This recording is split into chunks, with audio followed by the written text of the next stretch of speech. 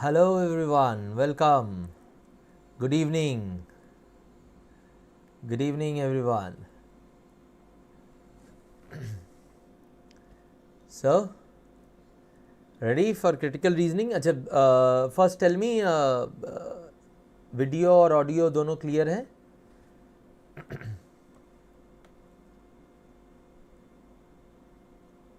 Right. Good evening रुचि. Video audio clear है कि नहीं बता दीजिए.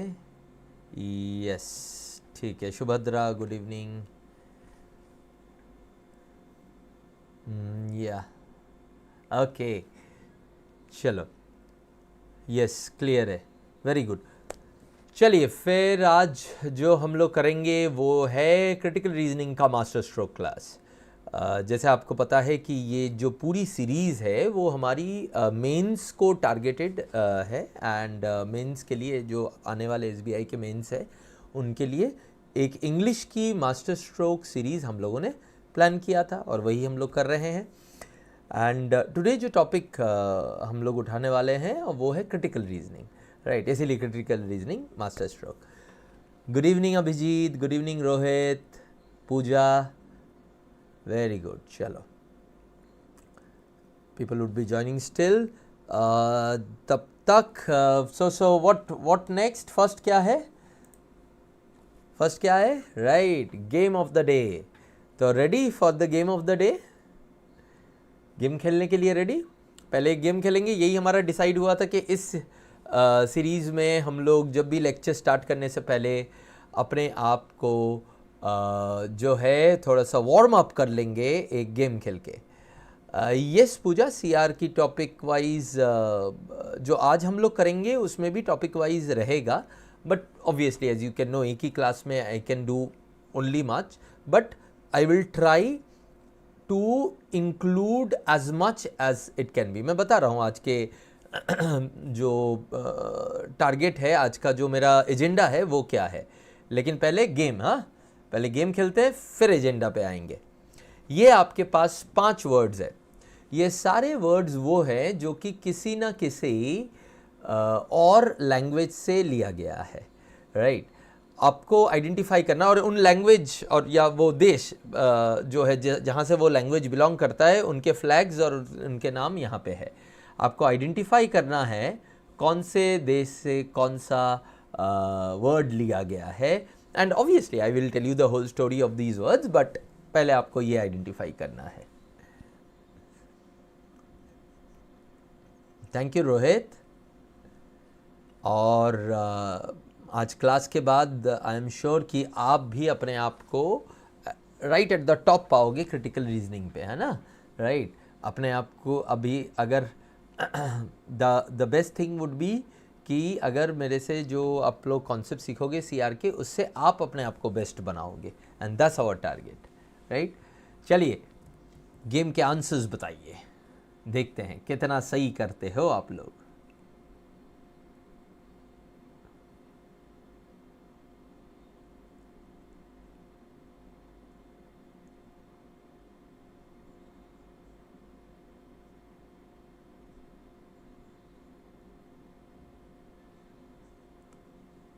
ओके, नहीं एक भी नहीं. एक आध तो बताओ, एक आध तो पता ही होगा कहाँ से आया है. इंडिया से कौन सा आया है? चलो यही बताओ, इंडिया से कौन सा है? इन 5 वर्ड में से ये सारे इंग्लिश के जो वर्ड्स है ये आपके फॉरेन लैंग्वेजेस से आए हैं. राइट, तो इंडिया से कौन सा आया है? अच्छा, सौम्यदीप कहते हैं स्पेन से आया है गरीला. ठीक है, ओके. पूजा भी वही कह रही है. चलो गुड है. Good evening Kritika. सिड चलेगी करीब जैसे हर मास्टर क्लास चलती है करीब 1.5 घंटा. हाँ राजेश, वेंडेटा कहाँ से आया है? वेदांता नहीं, वेंडेटा. वेदांता नहीं, ये है वेंडेटा. मीनिंग क्या है मैं बताऊंगा.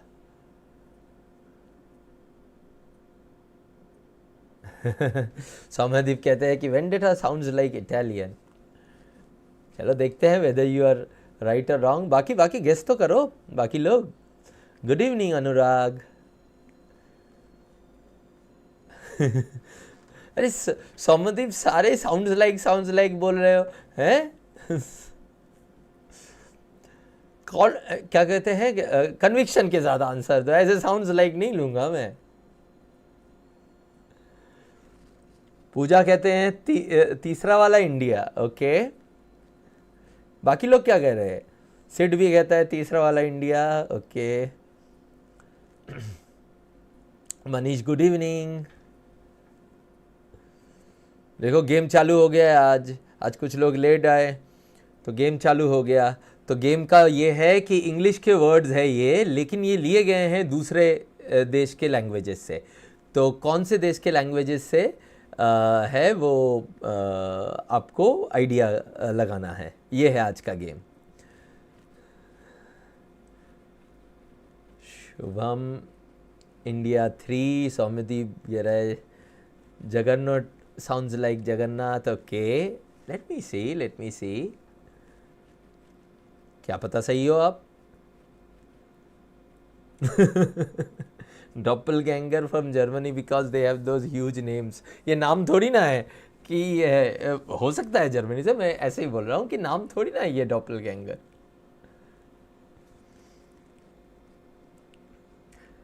चलो मैं इनका आप लोगों को अब आंसर्स बताता हूं, ठीक है, इसके पूरे कहानी के साथ। पहला, guerrilla. Guerrilla is Spanish word, basically ये स्पेनिश से ही लिया गया है and it originated from 2 words, एक गिरा एंड गेरिला, दोनों little war and war, right.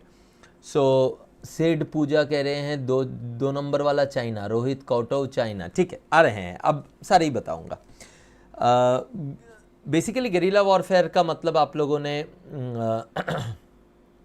क्या बोलते हैं कि सुना ही होगा कि एक छोटा सा फोर्स अगर एक बड़े फोर्स को छुप के वॉर करता है तो उसको गेरिला वॉरफेयर कहते हैं। जैसे हमारे यहाँ जो मराठा एम्परर थे शिवाजी, उन्होंने भी गेरिला वॉरफेयर का जो है एक उस टाइम पे मिडिएवल इंडिया में मुगल्स के साथ फाइटिंग के दौरान चालू किया था।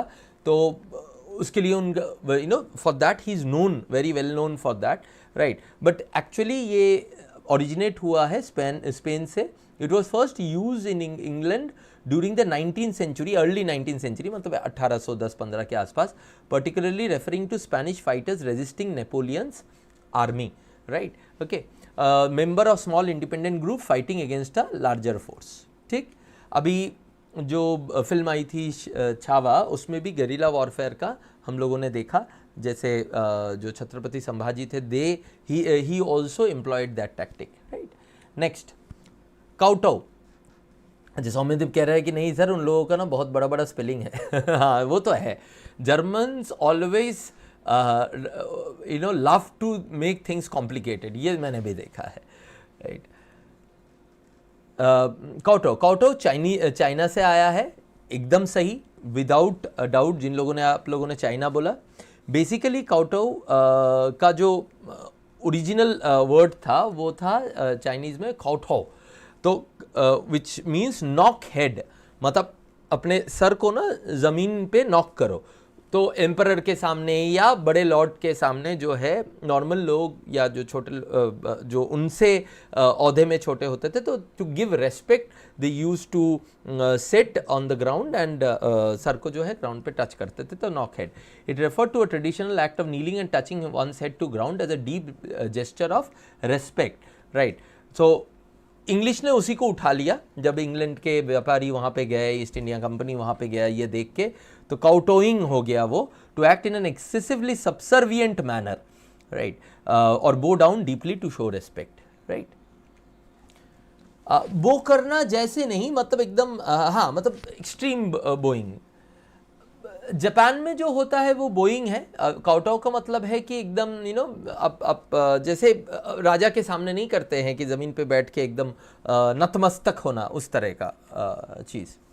जगरनॉट, आप लोगों का अजम्पशन सही था, ये आया है जगन्नाथ देव से, राइट। पुरी में जब जब अंग्रेज़ बंगाल, बिहार, उड़ीसा का प्रोविंस जब उन लोगों ने कैप्चर किया and then they started going to different places and seeing, तो पुरी में रथ यात्रा के टाइम पे दे सॉ दिस ह्यूज मतलब जिसको बोलते हैं जन सैलाब, राइट, एंड उसमें जो है वो रथ को लेके जा रहे थे एज इफ वो रथ सामने कुछ भी आएगा उसको ना दबाते हुए चला जाएगा, राइट। तो दूर से देख के लगता है कि रथ जो है इंसानों के बीच में एक रास्ता बनाते हुए जा रहा है। तो they were very impressed by that and from that came, from Puri Jagannath came the Jagannath आप लोगों को पता ही है means lord of the universe, right. So from that Britishers made the word Jagannath. उसके बाद जगन्नाथ इनके कॉमिक्स में, इनके डिक्शनरी में ऐसा घुसा कि आज बहुत जगह पे यूज़ होता है। तो मैसिव अनस्टॉपेबल फोर्स और institution that crushes everything in its path, right. Okay, next doppelganger. Doppelganger Germany से ही है, जैसे कि सौम्यदीप ने गेस किया था, एकदम सही।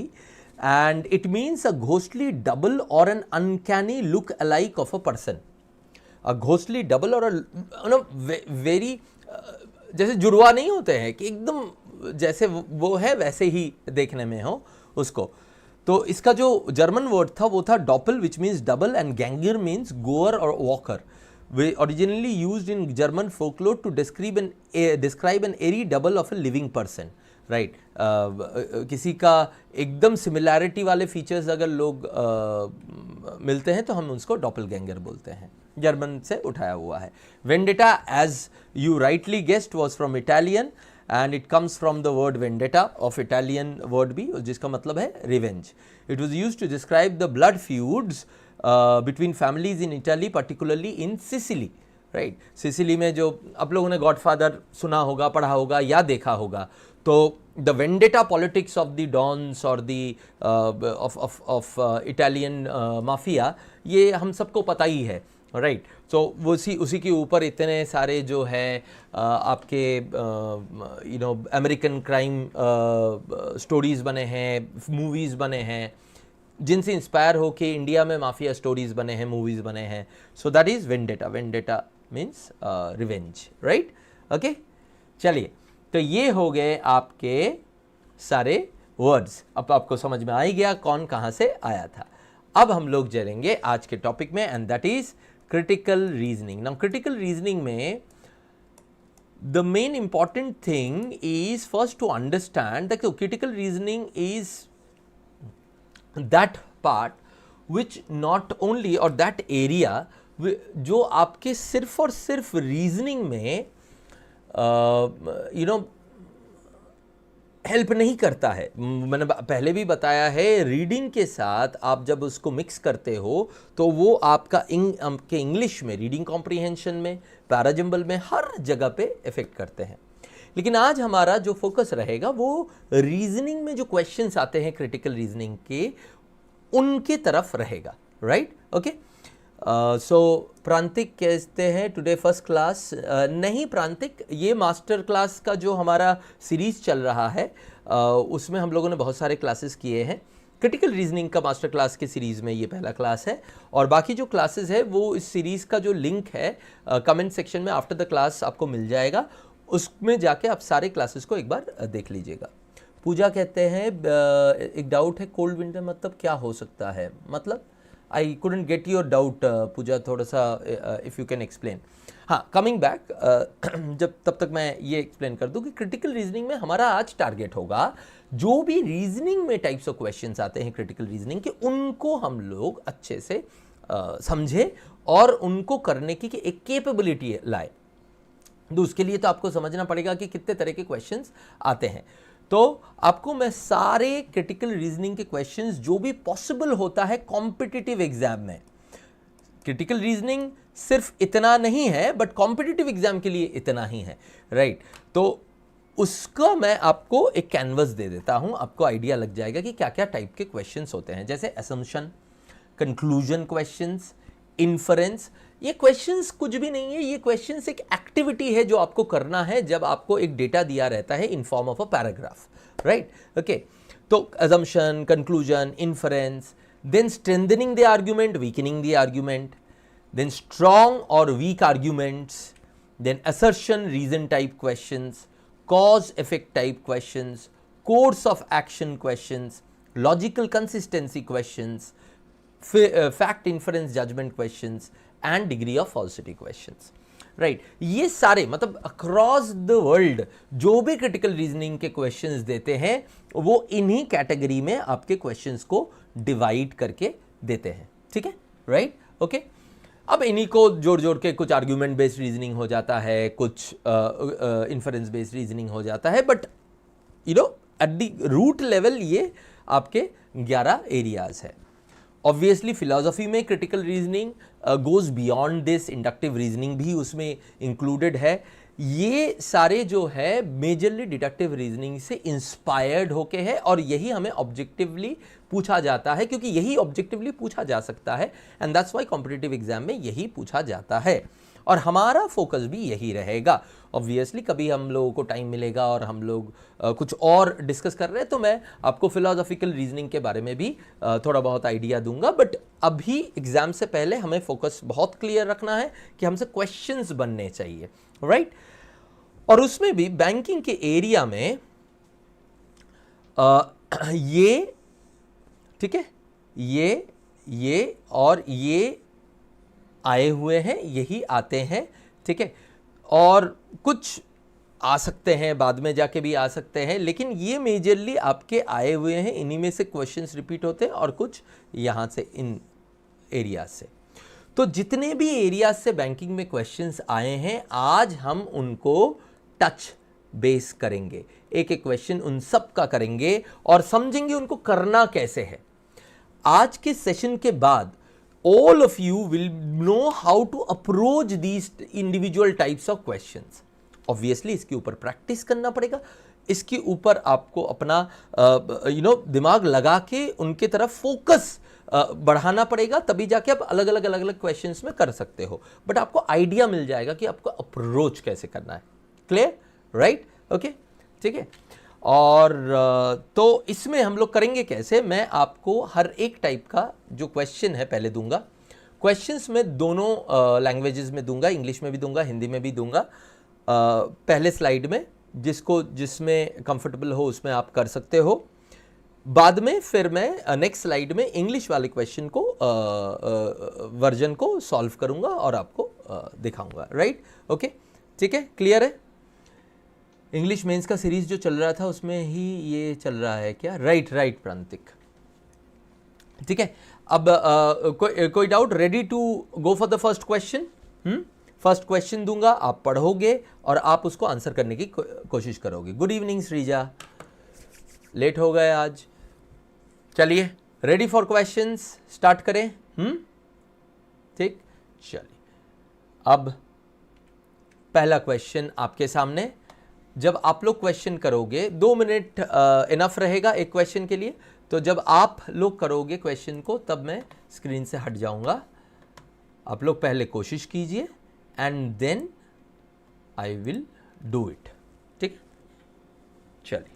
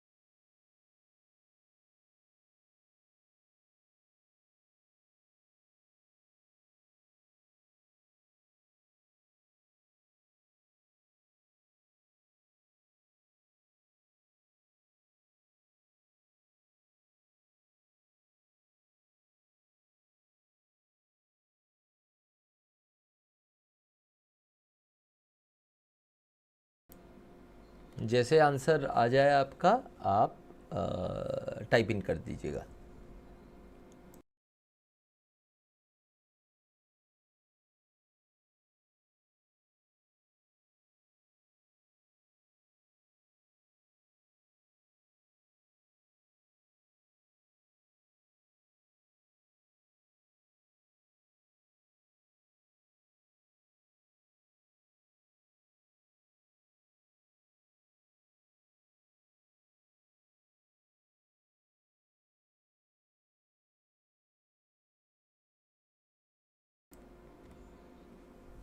शुभम ने पहला आंसर दिया, देखेंगे कि सही है कि नहीं। बाकी लोग, यू हैव अनदर 30 सेकेंड्स।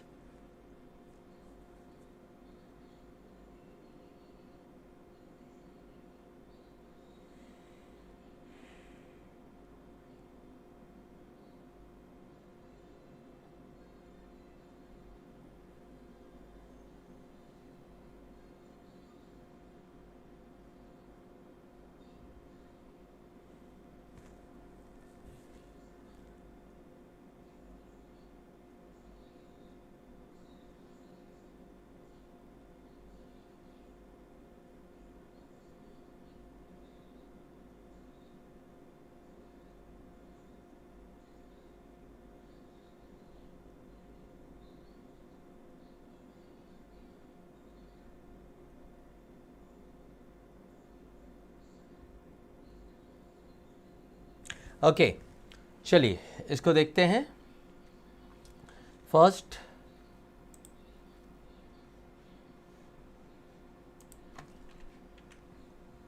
बहुत सारे आंसर्स आए हैं, तो लेट अस सी कि कौन सा सही है। Immunity conferred, let me come on the screen first, है ना। चलिए, immunity conferred by the vaccines too, तो immunity conferred by the vaccines too is reduced against the delta variant now dominant in India.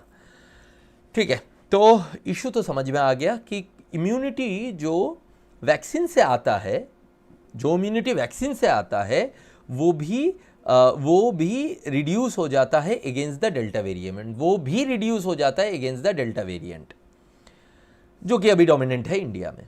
A recent report from Public Health England and a Lancet publication examined the number of symptomatic COVID occurring in vaccinated persons and the levels of neutralizing antibodies. तो अब fact है, यहाँ पे fact क्या है? अच्छा, ये है किस तरह का क्वेश्चन? एजम्पशन का क्वेश्चन है। लास्ट एक क्रिटिकल रीजनिंग का सेशन हमने किया था, उसमें मैंने आप लोगों को बताया था कि एजम्पशन के क्वेश्चन को कैसे अप्रोच करना है। पहली बात तो it is not your assumption, it is the author's assumption, ये याद रखिएगा। इस पैराग्राफ को लिखने के लिए और ऑथर को जो कंक्लूजन यहां पे डालना है उसको डालने के लिए जो ऑथर को अज्यूम करना है, that is what has been asked.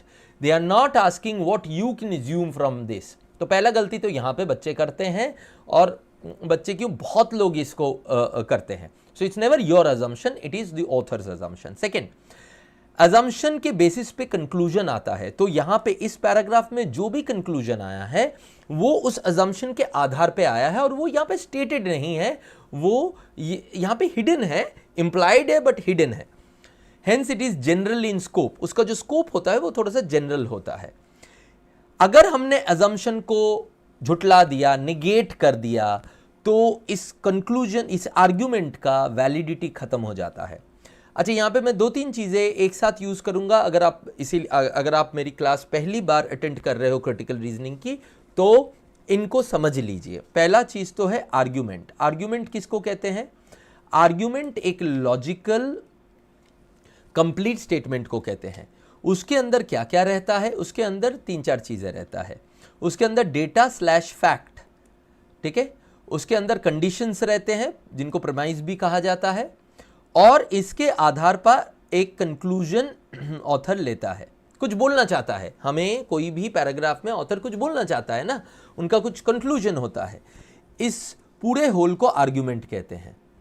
अब अजम्पशन इसके बियॉन्ड रहता है, ऑथर के माइंड में रहता है, वो बेस होता है इस आर्ग्यूमेंट का, ठीक है, राइट। तो ये 2-3 वर्ड्स मैं यूज करूंगा, तो आपको पता होना चाहिए। अब वापस आते हैं, इस पैराग्राफ को पढ़ते हैं, साथ साथ में सोचते भी रहिएगा। अ रीसेंट रिपोर्ट फ्रॉम, अब फैक्ट आ रहा है, फैक्ट या data. Health England and Lancet publication examined the numbers of symptomatic Covid occurring in vaccinated persons and the levels of neutralising antibodies. 2 चीजें इन्होंने एग्जामिन किया। एक तो नंबर ऑफ सिम्टोमेटिक कोविड जो वैक्सीनेटेड पर्सन्स में हो रहा है, और उनमें लेवल्स ऑफ न्यूट्रलाइजिंग एंटीबॉडीज। अच्छा, न्यूट्रलाइजिंग एंटीबॉडीज का मतलब क्या हुआ? एंटीबॉडीज आप सबको पता है, अब अगर कोविड के दौरान से हम लोगों को सबको पता है, antibodies are those things which help us build our immunity and help us to go against this. अब आप बोलोगे कि सर ये इंफॉर्मेशन ज़रूरी है? नहीं, ज़रूरी नहीं है, बट इसके कॉन्टेक्स्ट से भी हमें पता चलता है कि न्यूट्रलाइजिंग एंटीबॉडीज का मतलब क्या हुआ, कि जो पैथोजन को न्यूट्रलाइज करती है। तो ये जो हमारा रिपोर्ट था, ये दो चीज़ें चेक कर रहा था कि वैक्सीनेटेड लोगों में नंबर ऑफ कोविड सिम्टम्स कितने आए हैं और लेवल ऑफ जो एंटीबॉडीज है वो क्या था। ऑन बोथ मेजर्स, दोनों मेजर्स में डेल्टा वेरिएंट ने इवेड किया vaccine induced immunity more than the alpha variant और the wild virus. So delta variant was able to beat the alpha variant. Alpha variant को ये जो है एंटीबॉडीज और कोविड का वैक्सीन के वजह से वो इतना ज़्यादा प्रॉब्लम नहीं कर पाता था, लेकिन डेल्टा फिर भी कर देता था। So which of the following assumptions can be inferred? Author का क्या क्या अजम्पशन होगा? ऑथर का कंक्लूजन क्या है पहले देख लें। ऑथर का दोस्त कंक्लूजन ये है कि इनके डेटा के ऊपर, इसके डेटा के ऊपर जो भी डेटा आया है, इन्होंने एक रिसर्च किया, उसके ऊपर ये तो डेटा को फैक्ट दिया, इसको क्या सपोर्ट करने के लिए दिया? Immunity conferred by the vaccine to is reduced against the delta variant. तो वैक्सीन से भी जो इम्यूनिटी आता है वो भी कम हो जाता है when it goes against delta variant. उसके लिए एक फैक्ट दिया सपोर्टिंग, और सपोर्टिंग फैक्ट दिया, उसके लिए सपोर्टिंग फैक्ट दिया, और उस फैक्ट के, उस रिपोर्ट के बेसिस पे उनको क्या दिखा वो देखा। बट कंक्लूजन पहले लाइन में ही है, कंक्लूजन ऑथर का पहले लाइन में ही है, राइट? अब देखिए न्यूट्रलाइजिंग अजम्पशन क्या हो सकता है, ऑथर के दिमाग में क्या है। ऑथर ने ये कंक्लूड किया कि भाई डेल्टा जो है इम्यूनिटी को खराब कर देती है। Neutralising antibodies being produced in the body by the vaccine creates immunity against the virus in a person, right? अब यहां पे एक चीज देखिए, on both measures delta variant evaded the vaccine induced immunity, right? अब ये कब बोलेंगे? जब उनको ये लगता है कि एंटीबॉडी से कोविड रुकना चाहिए था, है ना? उनको तभी जाके वो ये जो है रिपोर्ट कोट करेंगे जिसमें दो चीजों को टेस्ट किया गया, एक सिम्टम्स ऑन वैक्सीनेटेड पीपल और लेवल ऑफ न्यूट्रलाइजिंग एंटीबॉडी। तो न्यूट्रलाइजिंग एंटीबॉडी अगर उनको लगता नहीं है कि कोविड रोकने में काम करती है, तो वो उसका मेंशन और उसके बेसिस पे कुछ भी आगे नहीं बोलते, राइट? तो ये अगर वो बोल रहे हैं तो डज दैट मीन कि उनके दिमाग में तुम्हें क्या लगता है दैट इज नॉट इंपॉर्टेंट? ये इंपॉर्टेंट है। Neutralising antibodies being produced in the body by the vaccine creates immunity against the virus, तभी जाके तो यहां पे वो बोलेंगे immunity conferred by the vaccine is gone. Next, immunity can be conferred by other methods apart from vaccine. अब यहां पे टू वर्ड यूज हुआ है, देखा कंक्लूजन में टू वर्ड यूज हुआ है। अब टू वर्ड का मतलब क्या है कि वैक्सीन से भी जो इम्यूनिटी आती है वो भी गया, वो भी डेल्टा वेरिएंट खा जाता है, राइट? तो अगर वैक्सीन से भी जो इम्यूनिटी आता है बोल रहे हैं, तो किसी और तरीके से भी तो इम्यूनिटी आता है ना, ये तो अज्यूम कर रहा है ना, नहीं तो ये टू वर्ड क्यों यूज करता? आप बताओ मुझे, टू वर्ड यहां पे क्यों यूज करता? नहीं करता। तो ये भी वो अज्यूम कर रहा है, राइट? न्यूट्रलाइजिंग तो 1 और 2 तो है, 1 है, 1 और 2 है, 2 है, राइट? तो ये गया, अच्छा नहीं ये नहीं गया, अभी देखना पड़ेगा। Neutralising antibody levels induced by vaccination are variable in strength and duration. अब ये आपका इन्फरेंस हो सकता है, थर्ड वाला आपका इन्फरेंस हो सकता है, ऑथर का अजम्पशन होने की जरूरत नहीं है। यहीं पे आप लोगों ने गलती कर दिया, जिन लोगों ने भी 3 मार्क किया, सब ने अपना अजम्पशन बना लिया, अपना इन्फरेंस बना लिया, जबकि वो मांगा ही नहीं जाता है, सिर्फ ऑथर का मांगा जाता है। ये आप ये मत सोचो कि आप लोग करते हो। 95% लोग जो क्रिटिकल रीजनिंग का क्वेश्चन करते ये गलती करते हैं, वो चाहे बैंकिंग के एग्जाम में हो, आरबीआई ग्रेड बी के एग्जाम में हो, कि कैट के एग्जाम में हो, कहीं पे भी क्रिटिकल रीजनिंग आता है, सब में ये गलती लोग करते हैं, अपना अजम्पशन कर लेते हैं, और जो क्वेश्चन उनसे बन सकता है वो भी नहीं बनता है। ऑथर के बारे में सोचो, ऑथर को ये एज्यूम करने की ज़रूरत है एंटीबॉडी का लेवल जो है स्ट्रेंथ एंड ड्यूरेशन कम हो जाता है उसके धीरे धीरे, ये एज्यूम करने की ज़रूरत है, ये कंक्लूड करने के लिए जो वैक्सीन से जो इम्यूनिटी आती है उसको डेल्टा वेरिएंट मार सकती है क्या? नहीं है ना, राइट। तो अगर नहीं है तो ये एलिमिनेट हो गया। इसको नेगेट भी करते हो तो भी आपके इसके हेल्थ के ऊपर कोई फर्क नहीं पड़ेगा, ठीक है, राइट। बट ये दोनों एजम्पशन इनके लिए जरूरी है। कैसे? फिर से एक्सप्लेन कर रहा हूं, ध्यान से सुनिएगा, क्योंकि ऑथर ने अपने कंक्लूजन को कि इम्यूनिटी वैक्सीन से जो आती है उसको भी डेल्टा वेरिएंट मार देती है, राइट, तो वो उसको सपोर्ट करने के लिए उसने पब्लिक हेल्थ और लैंसेट का एक पब्लिकेशन यूज किया जिसमें उन्होंने बोला कि वैक्सीन के वजह से जो न्यूट्रलाइजिंग एंटीबॉडीज होती है उसका लेवल्स देख रहे हैं, राइट। तो उसका लेवल्स तभी देख रहे हैं जब इम्यूनिटी आएगी, क्योंकि इम्यूनिटी पे ही तो सारा खेल है ऑथर का। तो उसकी वजह से अगर वो इम्यूनिटी नहीं देती है तो उसके लिए कोई मतलब ही नहीं है, ये उसका सपोर्टिंग आर्गुमेंट हो ही नहीं सकता था। तो इसीलिए ये वाला एजम्पशन होना ही होना पड़ेगा।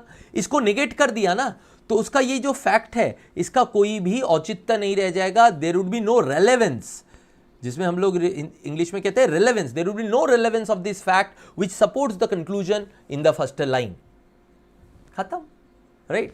और ये तो क्लियरली है बिकॉज ये तो पहले लाइन से ही दिख रहा है, जब वैक्सीन से भी जो आता है इम्यूनिटी, इसका मतलब ऑथर एज्यूम ही कर रहा है कि दूसरे जगह से आ रहा है।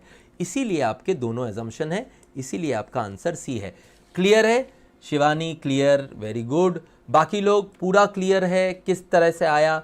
बहुत अच्छा क्वेश्चन था, दिमाग खोल देगा, राइट। इस पूरे सेशन को ध्यान से देखो, आपका दिमाग, आपका सोचने का तरीका चेंज हो जाएगा, आपका दिमाग खुल जाएगा, सबसे बड़ी इंपॉर्टेंट बात है, और वही चाहिए हमें। उस धुले हुए दिमाग से आप जाओगे, सिर्फ रीजनिंग में, क्रिटिकल रीजनिंग में स्कोर नहीं करोगे, तीनों सेक्शन में आप झंडे गाड़ के आओगे, और वही हम लोग करना चाहते हैं, राइट। ओके, ठीक, आगे बढ़े। Very good. नेक्स्ट क्वेश्चन, मैं स्क्रीन से हट जाता हूं, नहीं तो हिंदी वाला दिखेगा नहीं। Vinita clear, very good, very good. चलो, ये आपके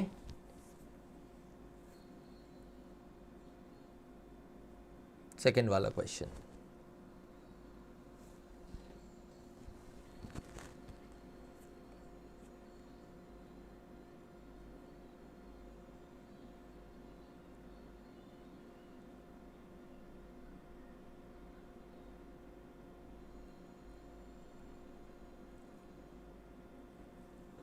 शिवानी कहती है छोटे से वर्ड टू ने आंसर चेंज कर दिया ऐसा ही होता है।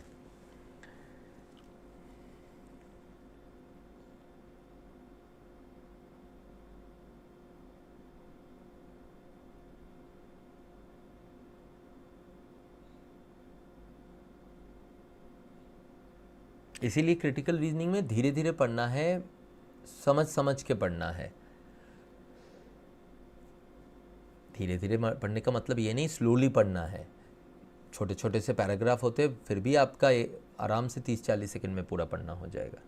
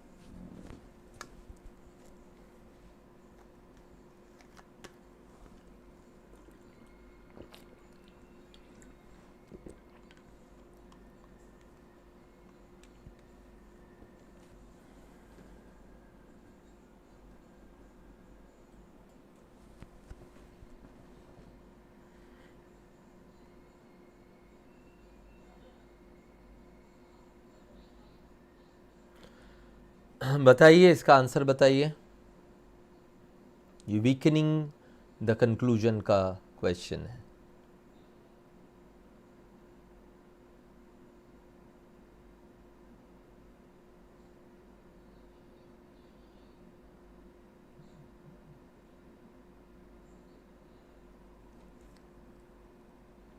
अभिषेक का आंसर आया है, पहला आंसर।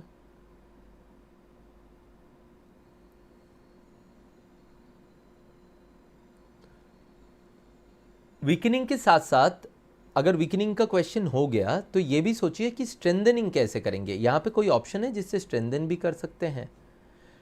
रुचि का आंसर आया, शिवानी का आंसर आया। चलिए देखते हैं। अभी हम लोग नेक्स्ट उस पे चलते हैं। अपने आप को मैं स्क्रीन पे लाता हूं। विनीता का भी आंसर आ गया।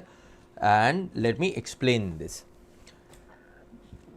A passage is given below by 3 statements. Choose the one which most weakens the conclusion in the passage. Some studies suggest that participants increase vegetable consumption and adopt other healthy habits if provided digitally enabled tailored recommendations on healthy food, engaging in exercise and other intervention. मतलब क्या हुआ? देखो, हमेशा याद रखिएगा कि कोई भी क्रिटिकल रीजनिंग क्वेश्चन में इसकी जिस्ट जो है वो बहुत इंपॉर्टेंट है। और अगर बड़ा पैराग्राफ है तो माइंड मैप इंपॉर्टेंट है। हमने अपने आरसी वाले क्लास में माइंड मैप को डिटेल में किया है, वो अगर नहीं देखा है जाके देख लीजिएगा। या तो जिस्ट छोटे पैराग्राफ्स में, बड़े पैराग्राफ में माइंड मैप, राइट? ठीक है, उस पर आ रहे हैं। पहले इसको देख लेते हैं कि किस तरह का क्वेश्चन है। यह है वीकनिंग द आर्ग्यूमेंट का क्वेश्चन। वीकनिंग द आर्ग्यूमेंट मतलब क्या है, या वीकनिंग द कंक्लूजन, दोनों सेम होता है। मैंने आपको क्या कहा कि आर्ग्यूमेंट में क्या क्या होता है दोस्त? आर्ग्यूमेंट में पहले होता है कि कुछ फैक्ट दिया जाता है, फिर कुछ कंडीशंस दिए जाते हैं, प्रेमाइज जिनको कहते हैं, और उसके बलबूते पे हम लोग कुछ कंक्लूड करते हैं, है ना। ऑब्वियसली इस कंक्लूजन में ऑथर का कुछ अजम्पशन भी रहता है जो कि बाहर रहता है इस आर्ग्यूमेंट से। तो ऑथर के दिमाग में ऑथर बोलता तो हमें ये है और उसके दिमाग में ये है। एक भी अजम्पशन हो सकता है, मल्टीपल भी अजम्पशन हो सकता है, राइट? तो अब यहां पे आपके पास फैक्ट और कंडीशन और कंक्लूजन क्या है वो पहले देखना पड़ेगा। सी फैक्ट्स एंड लॉजिक वीकन करना है। अगर वीकन करना है तो कैसे होगा?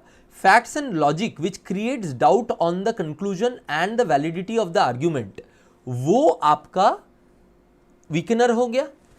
अगर आपके पास ऑप्शन ऐसा है जो यहां पे जो फैक्ट दिया गया है या लॉजिक दिया गया है या जो ऑथर का अजम्पशन है उसको डायरेक्टली काउंटर कर रहा है, तो वो आपका आर्ग्यूमेंट के कंक्लूजन को वीकन कर रहा है। That is what we need to find out of these options, right? Okay, या आर्ग्यूमेंट का जो डायरेक्शन है उसको कॉन्ट्रास्ट कर रहा है। ये दोनों तरह के आपके आंसर ऑप्शंस में होने चाहिए, ठीक?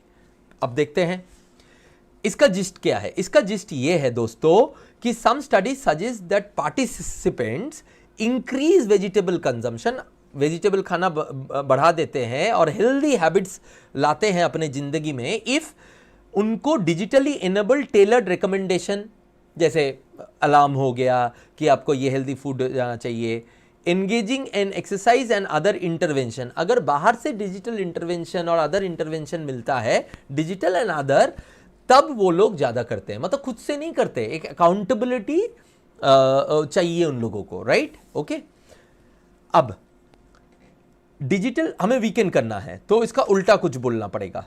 Digital technologies have helped in changing behaviours and achieving similar outcome in various field. यार, अगर दूसरे फील्ड में डिजिटल इंटरवेंशन से बिहेवियर चेंज हुआ है, वो तो सपोर्ट कर रहा है ना, इसको अपोज थोड़ी ना कर रहा है।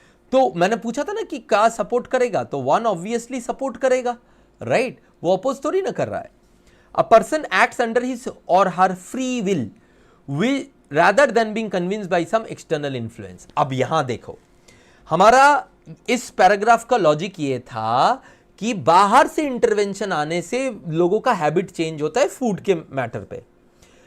तो लॉजिक अगर ये था और ये हमारा ऑप्शन कह रहा है person acts under his or her free will, नहीं बाहर से नहीं, अपने से उनको उसको लगता है तभी जाके वो करता है, एक्सटर्नल इन्फ्लुएंसेस से कुछ नहीं होता है। उस लॉजिक को हिट कर रहा है, जो यहां पे लॉजिक है उसको मार रहा है वो।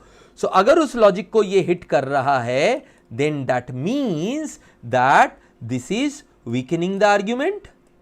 This is weakening the argument or weakening the conclusion. Clear? Right? So 2 तो पक्का ही है. 2 वाले ऑप्शन आपके ये है, आपका ये है, राइट? यही 2 हो सकते हैं. 3 को देख लेते हैं. A mass movement and consensus can be effectively gained by leveraging digital technologies.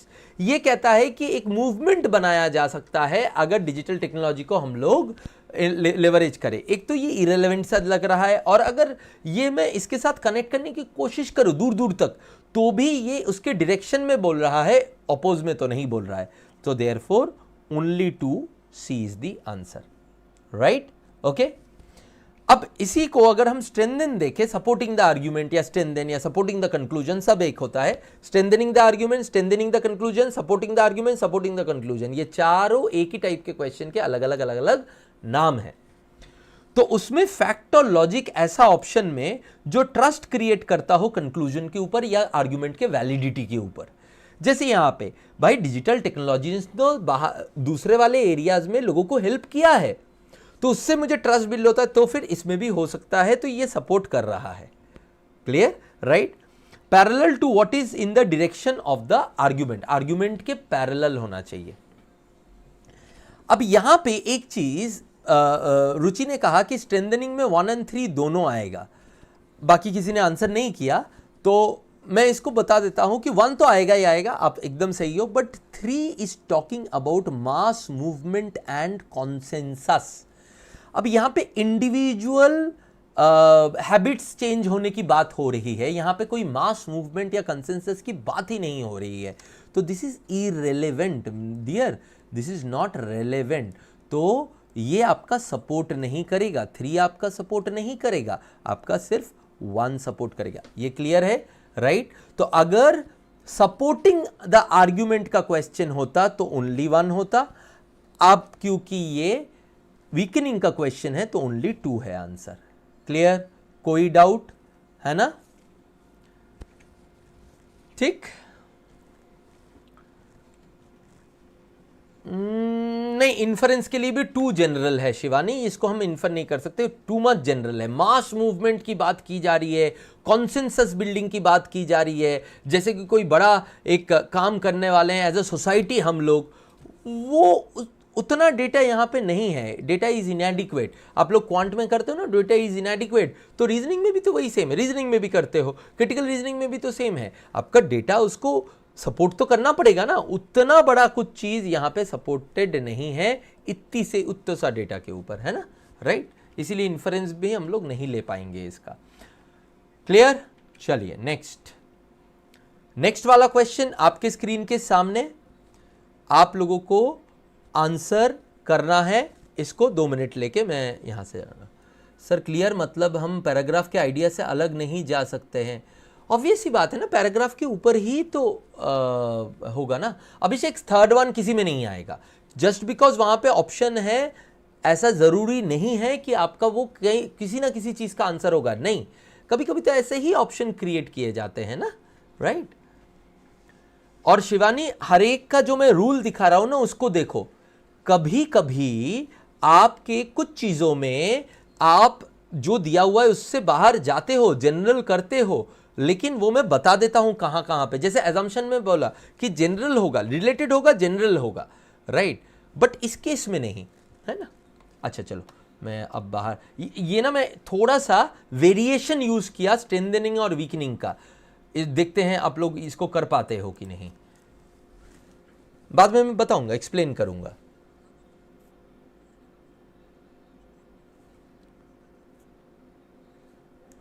ठीक है अमन, सोचता हूं, मैराथन का भी सोचते हैं. अभी ये वाला कीजिए.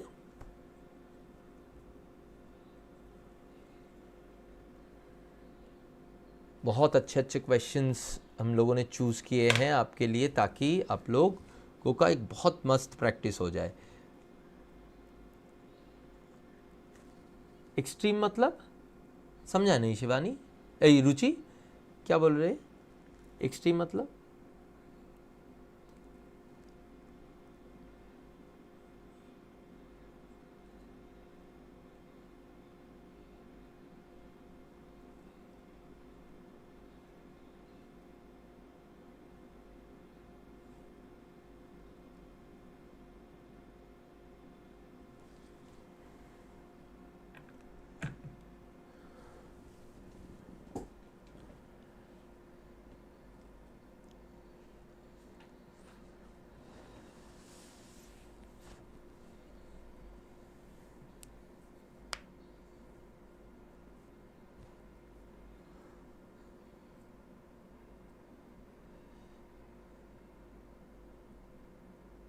हाँ करेक्ट करेक्ट रुचि, यस, थर्ड वाला कुछ ज़्यादा ही अलग है, अलग डायमेंशन में ही लेके चला जा रहा है, उतना हम लोग उस छोटे से पैराग्राफ से नहीं कर पा रहे थे।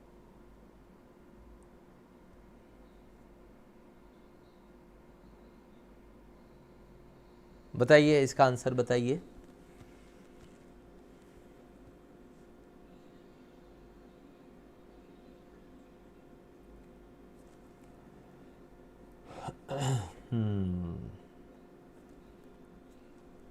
क्वेश्चन ध्यान से पढ़ रहे हो ना?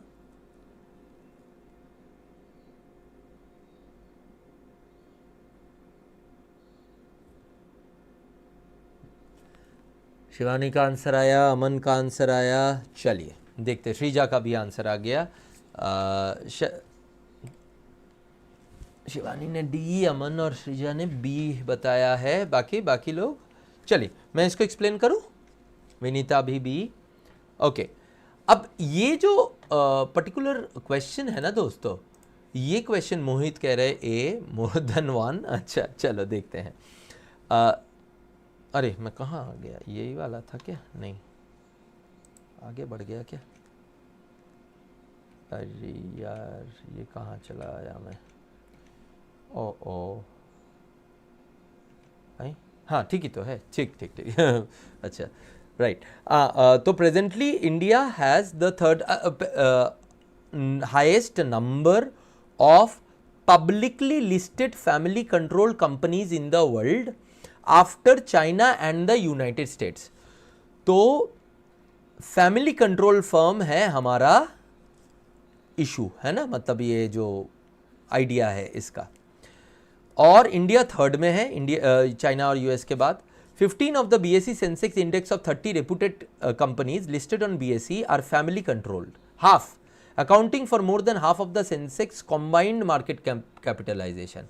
तो सेंसेक्स का जो टोटल मार्केट कैपिटलाइजेशन है ना, उसका आधा आपके फैमिली कंट्रोल्ड यूनिट्स इंडिया में कंट्रोल करते बीएसई में, बीएसई सेंसेक्स का। और नंबर ऑफ कंपनीज भी 30 में से 15 है। बीएसई 30 नहीं होता है हमारा सेंसेक्स का, वही वाला, राइट। 15 आधा है और आधे से ज्यादा market capitalisation, valuation family control के पास है। उसीलिए ये ना डेटा है दोस्त, ये डेटा है। क्या बोला था मैंने? डेटा देखना है, फैक्ट देखना है, और बेस्ड ऑन दैट क्या कंक्लूजन ऑथर कर रहा है वो देखना है। ऑथर कंक्लूड कर रहा है presently India has the third highest number of public listed family controlled companies in the world. हमारे पास बहुत सारे कंट्रोल है और डेटा के हिसाब से उसने दिखा दिया। ऑब्वियस सी बात है कि चाइना और यूएसए के पास हमारे से ज्यादा है। 30% कहाँ है मोहित? 30 लिखा ही नहीं है, बोला है 15 of the BSE Sensex the index of 30 reputed companies, उनमें से 15 बीएसई सेंसेक्स का फैमिली कंट्रोल्ड है, और इनकी जो नेट वैल्यू है ये बीएसई सेंसेक्स की जो 30 का वैल्यूएशन है टोटल, उनके आधे से ज्यादा है। क्योंकि किसी कंपनी का ज्यादा होता है, किसी कंपनी का कम होता है ना, कि तो फैमिली कंट्रोल्ड का मिला के आधे से ज्यादा है, राइट।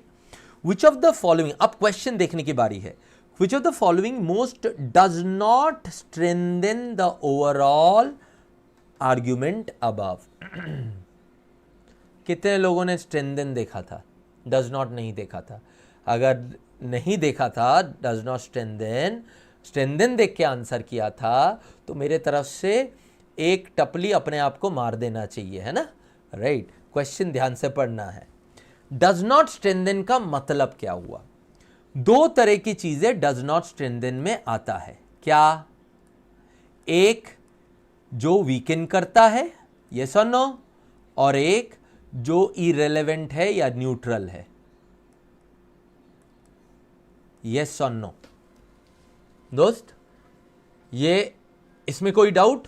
डज नॉट स्ट्रेंथन जब मुझे मांगा जा रहा है, पूछा जा रहा है, क्या ऑप्शन हो सकता है? एक ऑप्शन जो वीकन कर रहा है और दूसरा जो इररिलेवेंट हो।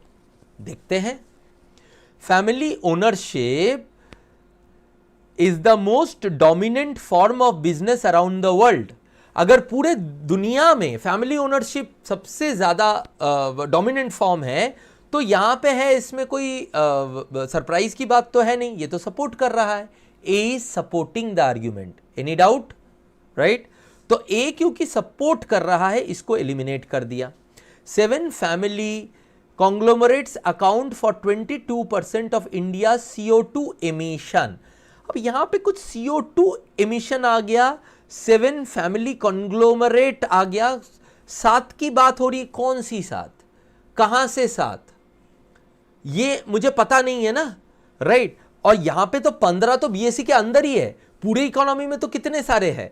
और ये बोल रहे 7 family conglomerates account for 22% of India CO2 emissions. अब यहां पे एक चीज please understand that this data एक इसके साथ उतना रेलेवेंट नहीं है। सेकंड, बाकी जो 78% है, क्या पता वो 5 नॉन फैमिली कॉन्ग्लोमरेट से आ गया हो, हमें पता नहीं ना। CO2 एमिशन के बारे में कोई भी डेटा है तो ये इरेलेवेंट है, इसको रख देते हैं, ये हमारा चॉइस हो सकता है। Share prices returns of family businesses, अच्छा जब मैं बोल रहा हूं कि 5 में से 78 में एज्यूम नहीं कर रहा हूं, मैं ये कह रहा हूं कि यहां पे डेटा इनएडिक्वेट है, मुझे CO2 एमिशन के बारे में कुछ नहीं बताया गया, तो मुझे कुछ पता ही नहीं है उसके बारे में, तो मैं कैसे बोलूंगा कि ये स्ट्रेंथन करती है, ये वीकन करती है। Share prices returns of family business have consistently out perform non family firms. Non family firms के शेयर प्राइसेस से ये ज्यादा होता है, तो ये भी तो स्ट्रेंथन किया ना, ये भी स्ट्रेंथन किया आर्ग्यूमेंट को। Indian family conglomerates have grown opportunistically in areas where government incentives to expand are available। तो गवर्नमेंट ने जहां जहां पे उनको फायदा दिया वहां पे वो बढ़ा। ये एक रीजन हो सकता है कि इंडिया में, ये एक सपोर्टिंग रीजन हो सकता है कि इंडिया में फैमिली फर्म ज्यादा है। हो सकता है कि नहीं हो सकता है, मतलब बी और डी में D is not as irrelevant as B, उतना रेलेवेंट नहीं है जितना ए और सी है। आई अंडरस्टैंड, उतना स्ट्रेंथन नहीं कर रहा है जितना ए और सी कर रहा है, बट बी की तरह इरेलेवेंट तो नहीं है ना दोस्त। तो between B and D I will still choose B. Historically family businesses have dominated in Indian industry, history भी वही बता रहा है, तो ये भी सपोर्ट कर रहा है, राइट। तो ये एलिमिनेट क्योंकि बाकी सारे सपोर्ट कर रहे हैं, तो only B is irrelevant and therefore it is the answer। ठीक, इसका किस किस ने आंसर दिया था? Shivani B out of context, Mohit ने ए बताया था, मोहित समझ में आ गया क्यों है, शिवानी ने सही दिया था। अभिषेक सी आपने दिया था, अब समझ में आ गया क्यों बी है। रुचि ने बी दिया था, वेरी गुड। जिन ने बी दिया था, क्लियर है, राइट। अब एक क्वेश्चन जो है किसने किया है, शिवानी ने बोला कि बिटवीन वीकेंड एंड इरेलीवेंट किसको चूज करना चाहिए। नॉर्मली नहीं आएगा आपको दोनों ऑप्शन आपके एग्जाम में, राइट, बट अगर आ जाता है देन यू मतलब बहुत ही रेयर चांस है, देन वीकेंड को चूज करना है, या ऐसा करके आता है कि जिसमें वीकेंड और इरेलीवेंट दोनों ऑप्शन हो, वैसा, ठीक है। यस शिवानी, मैंने बोला ना कि अगर पुश इफ इट डिपेंड्स कि एक चॉइस करना ही है तो वीकेंड को करना है, नहीं तो नॉर्मली ऑप्शन वो रखते हैं ऐसा, ठीक है। चलो वेरी गुड, बहुत अच्छा क्वेश्चन था, होपफुली आप सबको समझ में आया। अब अगले वाले क्वेश्चन की तरफ चलते हैं। ये मैंने एक वेरिएशन दिया था लास्ट क्वेश्चन कि स्ट्रेंथन भी नहीं वीकेंड भी नहीं, ताकि आपको वो भी करना आ जाए, है ना। नेक्स्ट वाला 2 मिनट लीजिए और करने की कोशिश कीजिए प्लीज।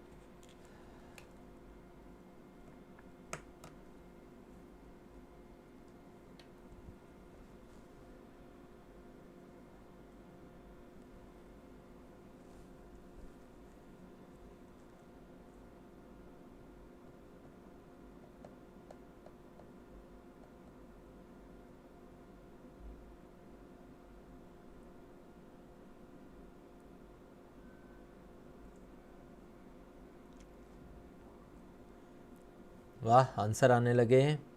अजीत कह रहे हैं ई, वेरी गुड। देखते हैं वो सही है कि नहीं है। बाकी लोग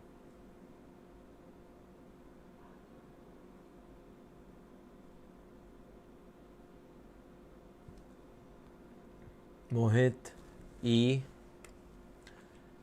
चलिए देखें इसको।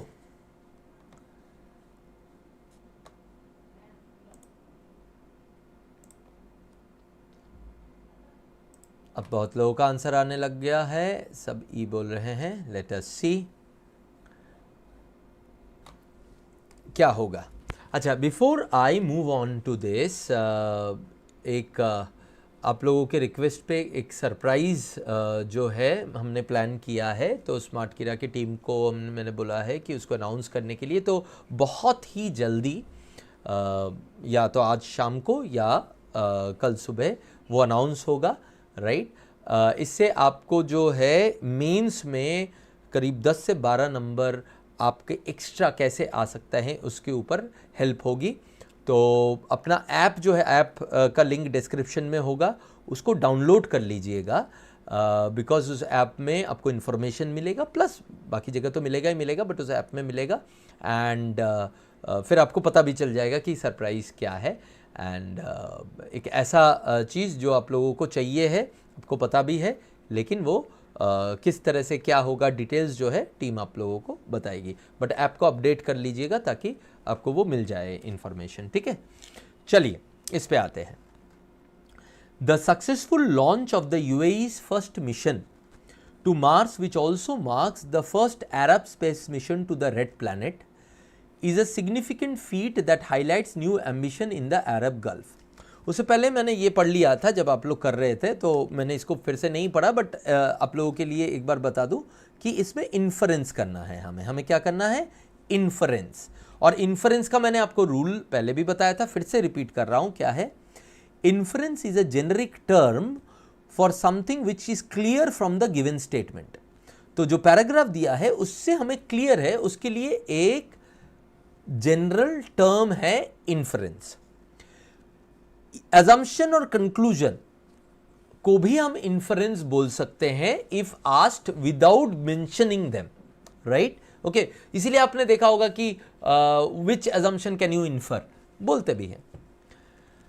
उसके अलावा और क्या हो सकता है, analogous cases, similar cases, build up cases. हम लोग पिछले एक क्वेश्चन में हम लोग बोल रहे थे ना कि इन्फरेंस ये हो सकता है कि नहीं हो सकता है, तो क्या हो सकता है वो देख लीजिए। बिल्ड अप केसेस, उसके बेसिस पे एक केस बनाना, आगे लेके जाना, उस केस की लॉजिकली कंक्लूड करना या लॉजिकली उसको फॉलो अप करना, ये कुछ फेवरेट होते हैं एग्जामिनर्स के, ठीक है, राइट।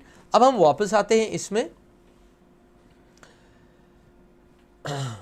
अभिषेक सर एसबीआई पीओ का मॉक लिया था बट वैलिडिटी रिन्यू के लिए बोल रहा है, जबकि अभिषेक ये आप इनके जो है नंबर पे आप डालिए ना, इनका हेल्पलाइन नंबर है ना, हम जो स्मार्ट कीड़ा का जो हेल्पलाइन नंबर है उन पर ये सब डालिए, वो हेल्प कर देंगे आई एम श्योर। और मैं टीम को एक बार बोल भी दूंगा, राइट, ओके, ठीक है।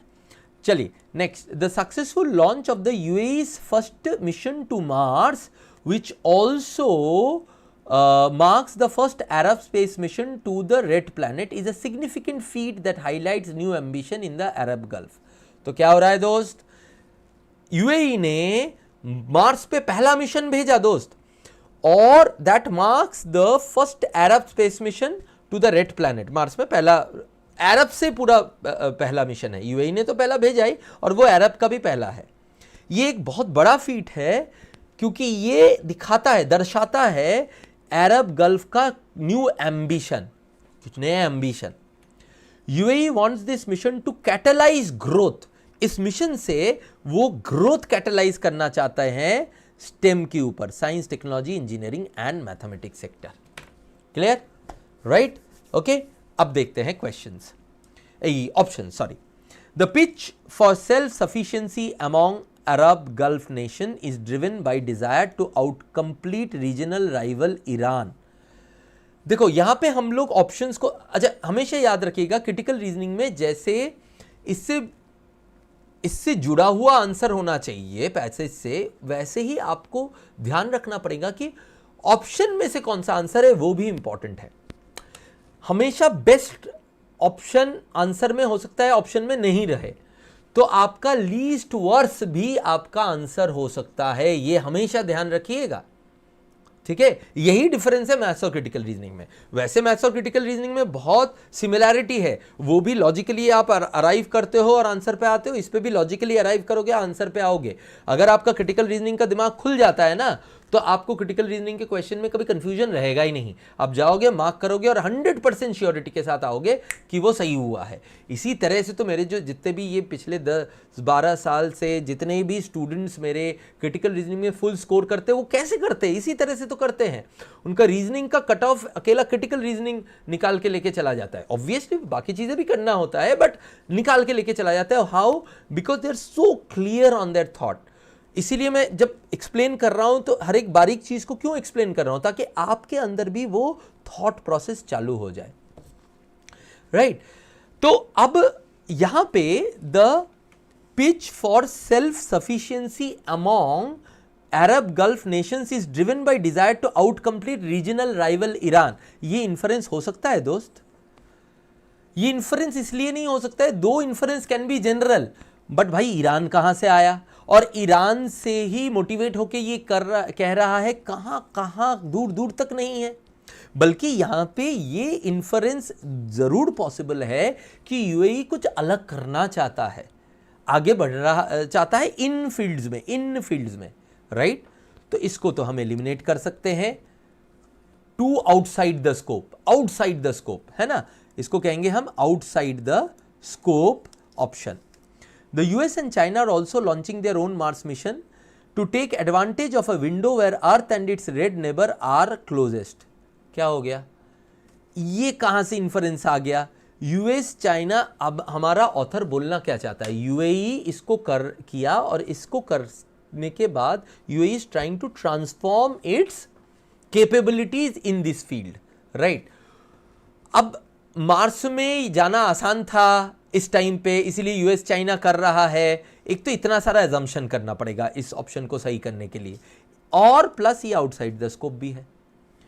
This event creates an ocean of opportunity for India UAE और even India Gulf Cooperation Council ties. कम से कम ये बाकी दोनों से बेटर है कि इस इवेंट को रेफर किया जा रहा है, बट इंडिया का रोल यहां पे कहां से आया ये समझ में नहीं आया। बट इन दोनों को एलिमिनेट जैसे कर दिया, इसको एलिमिनेट नहीं करते हैं, रख देते हैं। देखो मैं स्टेप बाय स्टेप बता रहा हूं कैसे सोचना पड़ेगा। India can share knowledge and human resources with UAE as India has gone to Mars with Mangalyaan. वो तो ऑलरेडी चले गए हैं ना, राइट? अच्छा ठीक है, फिर भी अगर इंडिया कर सकता है, लेकिन ये between C and D, C is a better option than D, because this is a little irrelevant. India Mars के बारे में बात कर रहा है, यूएई के बारे में बात कर रहा है, इतना ही सेम है। इंडिया उसको हेल्प कर सकता है, अरे भाई लेकिन वो तो ऑलरेडी चला गया है, ठीक है आगे जाके हेल्प कर सकता होगा, लेकिन that is outside the context of this passage, right? तो between C and D, C is better, D उसके नीचे आएगा। फिर भी रख देंगे, इनकी तरह एलिमिनेट नहीं करते हैं।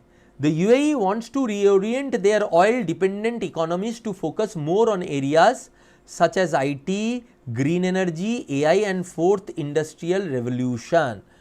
अब यहां पे कुछ ऐसा कह रहा है जो स्पेसिफिक टू यूएई है, जो स्पेसिफिक टू यूएई's न्यू एम्बिशंस है, राइट? अब आप बोलोगे कि सर ये इसको क्या हम एलिमिनेट कर सकते हैं? नहीं, क्योंकि ये रिलेट कर रहा है उस इवेंट के साथ और यूएई के एम्बिशन के साथ जो यहां पे बात किया है, राइट?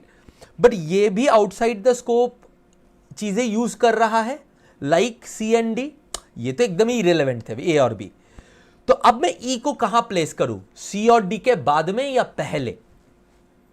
देखो समझो इस बात को, इसीलिए मैंने ठीक पहले बोला था कि लीस्ट वर्स ऑप्शन, क्या ये बेस्ट ऑप्शन है इन्फरेंस का? नहीं, राइट? पर लाइफ में भी तो ऐसा ही होता है ना, मेरे पास 5 चॉइस होती है, उसमें से जो मेरा बेस्ट होता है वो मैं लेता हूं। मेरे पास मेरा बेस्ट चॉइस है ऐसा तो जरूरी नहीं है ना, राइट? यही क्रिटिकल रीजनिंग से वो आपका चेक करना चाहते हैं। They don't want to see that whether you are able to find out the right and the exact solution. वो क्वांट में चेक कर लेंगे वो लोग. They wanted to see कि अगर आपको एक सिनेरियो दे दिया गया, उसमें आपके पास 5 ऑप्शन है, आप उनमें से बेस्ट चूज कर सकते हो कि नहीं. ये बहुत जरूरी है. ये ना मैं क्या बोलूं, ये ना एक माइंडसेट शिफ्ट है जो आपको कोई नहीं बताता है. लोग सिर्फ आंसर एक्सप्लेन कर देते हैं आपको, तो आपको लगता है कि एक सही बाकी 4 गलत. अरे भाई, बाकी 4 गलत नहीं होते हैं, उनमें से 1-2 गलत हो सकते हैं. जैसे यहां पे ए बी, पर 1-2 हो सकते हैं उससे कम सही थे, इसीलिए नहीं लिया. और ये समझना आप लोगों के लिए बहुत जरूरी है. यही मिसिंग है आप लोगों के पूरे सीआर एजुकेशन सिस्टम में. ना स्कूल करता है, ना कॉलेज करता है, और इसी वजह से इस मोमेंट में आके आपको इतनी दिक्कतें आ रही है. अगर हमारे स्कूल कॉलेज में जैसे डेवलप्ड कंट्रीज के एजुकेशन सिस्टम में सीआर को इंटीग्रेट कर दिया जाता है, वो किया जाता, तो आपको इतना दिक्कत नहीं आता. समझ रहे हो? राइट. तो ये डिफरेंस बहुत क्लियर रखना कि सारे गलत आंसर नहीं होते हैं. कुछ गलत आंसर हो सकते हैं, कुछ आंसर कम सही हो सकते हैं. Is it clear? राइट. अब ई को अगर हम देखें तो from the contextual clarity E would come above सी.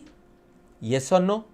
ई का पोजीशन सी से पहले आएगा कि नहीं आएगा? क्योंकि इन तीनों में ई ज्यादा इसके कॉन्टेक्स्ट में बात कर रहा है, यूएई से रिलेटेड. बाकी दोनों इंडिया को घुसा के उसको थोड़ा सा डाइल्यूट कर रहे हैं. इसके वजह से E becomes a better alternative than C and D. दो अगर ई नहीं होता तो then you would have chosen C over D. Right. Clear है? And that is why my dear friend, in this case E is the answer. Clear? कोई doubt?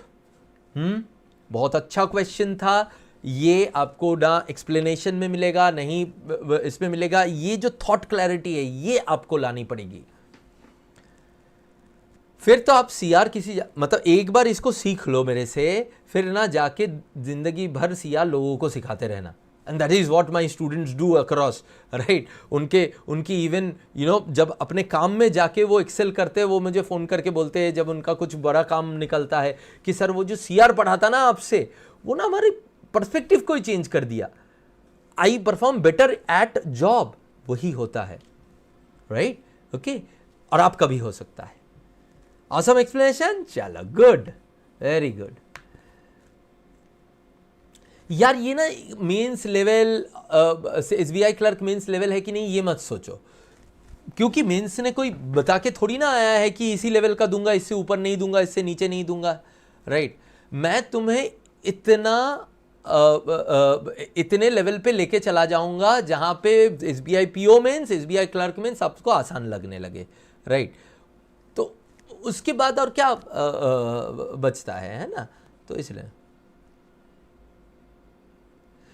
रुचि बहुत सोचना समझना नहीं पड़ता है. ये मैं एक्सप्लेन कर रहा हूं इसीलिए टाइम लग रहा है.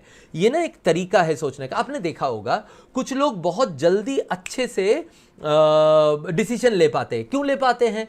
क्योंकि उनकी थॉट प्रोसेस में एक क्लैरिटी है जो बाकी लोगों में मिसिंग है. इसीलिए आप डिसीजन लेते वक्त उन्हीं के पास जाते हो. पता है क्या क्या डिफरेंस है हम में, या एक बंदा जो नहीं ले पाता है आप में और उनमें, उसकी सीआर अच्छी है. राइट. तो हम में जो को लगता है ना कि यार ये वाइज बंदा है, वो इसलिए क्योंकि उसकी क्रिटिकल थॉट प्रोसेस अच्छी है.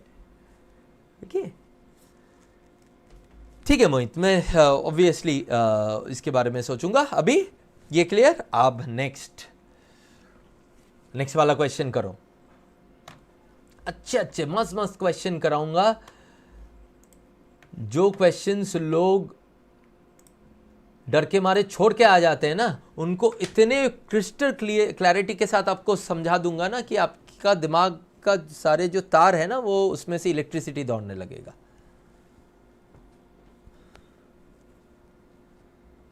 ये वाला कीजिए.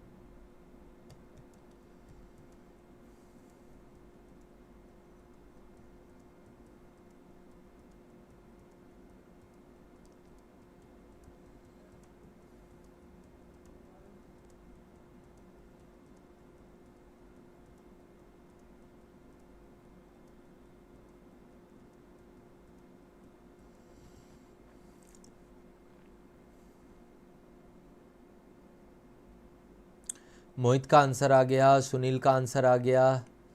एक्सप्लेन करूं? चलिए मैं एक्सप्लेन करता हूं इसको, है ना। ये दोस्तों स्ट्रॉन्ग एंड वीक आर्ग्यूमेंट का, पहले इसका कॉन्सेप्ट बता दूं आपको, सबका कॉन्सेप्ट बताऊंगा, चिंता मत करो, सबका कॉन्सेप्ट बताऊंगा। लेकिन ऑब्वियस सी बात है, इस कॉन्सेप्ट को अपने ब्लड के अंदर घुसाना, ये ना प्रैक्टिस चाहिए, वो भी राइट डायरेक्शन में। और एक चीज याद रखना, सीआर में 1000 क्वेश्चन करने से कुछ नहीं होगा, गलत तरीके से करोगे तो उस 1000 क्वेश्चन का गलत प्रैक्टिस आपको और दूर लेके फेंकेगा, राइट, और गलत होगा आपका, राइट। तो सही तरीके से 100 क्वेश्चन भी प्रैक्टिस करोगे, 70-80 क्वेश्चन भी प्रैक्टिस करोगे, तो वो आपको जो बेनिफिट देगा वो जिंदगी भर रहेगा आपको। इसीलिए सही तरीका इज मोर इंपॉर्टेंट। इसीलिए इन कॉन्सेप्ट पे ध्यान दो, मेरे एक्सप्लेनेशन पे ध्यान दो, ताकि वो थॉट प्रोसेस को कैप्चर कर सको। बदलो का ए आया है, रुचि का बी, अजीत डी, ठीक है, Vinita A, right, Mohit, Sunil, Shivani A. Let's see, पहले मैं इसका कॉन्सेप्ट बताता हूं। Check scope of the statement and the argument. तो ये जो स्टेटमेंट का स्कोप है, क्या क्या चीजों को लेकर डील कर रहा है भाई, ये क्या क्या वेरिएबल है इसके अंदर, और जो ये आर्ग्यूमेंट का स्कोप है, इन दोनों को चेक करेंगे, इन दोनों में मेल ढूंढेंगे, अगर एकदम इरेलेवेंट है उसको तो हटा देंगे। देन देखेंगे कि जो यहां पे है ये डेटा, अब देखिए एक्शन क्या है, इसमें एक कोर्स ऑफ एक्शन हो रहा है, क्या कोर्स ऑफ एक्शन हो रहा है, ये कोर्स ऑफ एक्शन है, राइट, हाँ, राइट, एंड कंक्लूजन, हाँ। तो ये प्रॉब्लम है, इसको इस तरह से देखिएगा, ये प्रॉब्लम या इशू है, स्टेटमेंट ऑफ इशू है, स्टेटमेंट ऑफ इशू या स्टेटमेंट ऑफ प्रॉब्लम, जो भी बोल सकते हो आप इसको, और ये है उसका रीजन या सॉल्यूशन। अगर यहां पे सॉल्यूशन ओरिएंटेड है तो सॉल्यूशन या तो रीजन। तो हमें देखना है कि यहां पे जो डेटा दिया है ये एडिक्वेट है कि नहीं इस यस कंक्लूजन को लाने के लिए। This is what this question means.